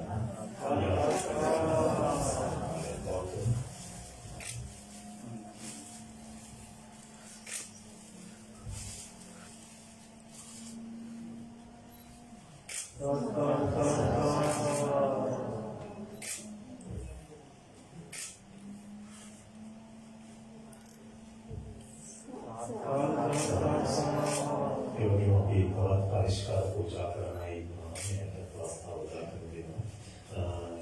විශේෂයෙන්ම දැන් මේ ආදේශනාව අහලා ඒ වන්දෝසී පස්සලා මාදශාන්ති කියනවා ඒ වගේ කවුරුයි කියනවාද සාපේ පූජනීය වේ නිවිල ආමුදුරනහස කියනවා මෙතන එකතු වෙලා ඉන්නේ කොහොම කල්යාණ මිත්‍රයෝ අතර සමාන කරු තියෙන අයට ඉගෙනනවා කියලා කියනවා ඒ වගේ එකට විතරේ තවදී විතර ඒ වගේ මේ තුලින් අනුන්ගේ යහපත තමන්ගේ යහපත සලසා ගන්නට මහන්සි වෙන පිරිසක් තමයි මේකේ රාශිය වෙලා තියෙන්නේ. මේ සියලු දෙනාම අද ධර්මදේශනාව හොඳින් ශ්‍රවණය කරලා අසීමිත කුසලයක් රැස් කරගත්තා. අපි ගෞරවනීය වරපොළ ස්වාමීන් වහන්සේ සිහිපත් කරා මේ ආකාරයෙන් කරහැකි මොනවද තමයි හොඳින් බණ අහන්න කියන එක. මේ ධර්මයේ හොඳින් ශ්‍රවණය කරලා අපේ ජීවිතය රැස් කරගත් කුසල සම්භාරය හේතු ධම්මවල නියැලෙන්නට ශක්තිය දී ධර්මාශාසනාව සිදු කරපු අපේ උදාන කරේ විමාන ධම්මෝපදේශේ මාතුමහසේ ඕපදේශේ මානිකේ යම්කේ ක්‍රියාත්මක සැසී මුදසමයි ඒකෝ සංගත අපේ සායි කටයුතු තව ආරම්භ කිරීමට නොහැකිව තිබෙනවා. එසේ නමුත් මම ඉදිරියේ සදායි වුණාට කියාවක් තිබේ ඒවා කවේලි මාසේ නිවාසවල විශාල ආකාරයකට අතකරන දෙන්නේ තමයි රුවන්වැලි මහා සෑය අපිට මහා වටිනා වූ සම්පත රුවන්වැලි මහා සෑය වහින්න තියෙන ගෞරවනීය මහා සංඝරත්නයට පූජා කිරීම උදෙසා පිච්චමල් ලබා දීම වෙනුවෙන් අක්කර 21ක් පුරාවට වටිනා වූ පිච්ච වගාවක් පිච්ච වින සාසන මාසික කටයුතු කරලා තියෙනවා. දුර්ලභ අවස්ථාවක් මොකද ඒක හේතුව උන්වහන්සේගේ ආරම්භගත ජීවන කාලයේ උන්වහන්සේ වුණේ වගේ අවස්ථාවේ උන්වහන්සේගේ අපේ මුදල් නැති විට මුදල් ලබා මිලදී ගන්නට නොහැකිව මහා සෑය වෙන අවස්ථාවක් උන්වහන්සේ සිහිපත් වෙලා තිබෙනවා. ඒ නිසා එවැනි අවස්ථාවක් මාතු වික්ෂු වරපොළ වික්ෂු මහන්සිය නිසා එහෙම මලක් පූජා කරන්න නැතුව රුවන්වැලි සෑය මහින් අවස්ථාවක් උදා නොකරන්නට උන්වහන්සේ වදාළා. යසීම පිච්චුවේ උන්වහන්සේ පූජා නගරයේ සමීපේ ආරාධක පූජා නගරයේ සමීපේ වවන්නට තීන්දුවක් සූදානම් වෙන නිසා ඒ සියලු කටයුතු සර්ව ප්‍රකාරයෙන් සාර්ථක වේවා. අපේ පූජනීය වල්ගොඩ ස්වාමීන් වහන්සේට උතුම් වූ ධර්මාවබෝධයේ පිණිස කුසල හේතු වේවා. නිරුක් නිරෝගී දීර්ඝායුෂ උතුම් වූ අපේ ස්වාමීන් වහන්සේට ලැබේවායි කියලා ප්‍රාර්ථනා කරමු. ඒවගේම අපේ හැමදේම කලයන් මිත්‍රයන් වහන්සේලා පිළිවෙල මේ විදිහට ඒ වගේම මේ ආපු සියලු දෙනාට අපට විශේෂයෙන්ම ආධ්‍යාත්මික වල ආකාරයෙන් කටයුතු කරන අප සියලු දෙනාට විදක සහෝදරයෙකු කලයන් මිත්‍රයෙකු වගේ ඒ වගේම අනුශාසකයෙකු වගේ සියලු දේවල් වගේ දුකේ සැපේ හැමතැනකම ශක්තියක් වෙන අපේ මේ මාත්‍රාවෙන් දුක නිවන හාමුදුරන් වහන්සේලා සහ තමන් වහන්සේ ආරම්භ සීලා කටයුතු කරනවා නම් මොන වේගින් මොන බාධාවකින් කවුරු කෙසේ කොයි ආකාරයෙන් බාධා කරත් ඒ සියලු දේවල් අභිභවා ධර්මයේ වෙනුවෙන් ඒකෝ කටයුතු කරන ශාස්ත්‍රෝක්තිය වෙනුවෙන්ම තමන්ගේ ජීවිතය කැපකර කටයුතු කරන අපේ පූජනීය මේවිල නාමකරණ වහන්සේට නිදුක් නිරෝගී දීර්ඝායුෂ වේවා කියලා ප්‍රාර්ථනා කරමි. අදවසේදී අද්දුහි ධර්ම දේශනාව අතර ධර්ම දේශනාව නිමාවටපත් කරමි.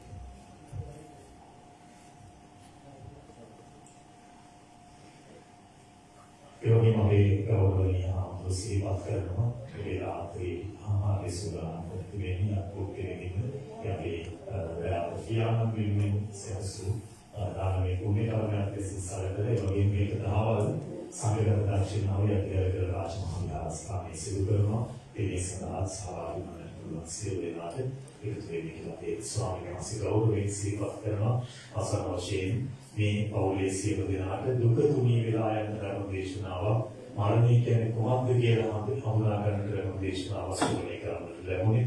ඉතින් සියලු කුසල් ඔබ සියලු දෙනාට මේ උත්තරීතර සම්බුද්ධ ශාසනය තුළදීම ධර්ම අවබෝධය පිණිස හේතු වේවා කියලා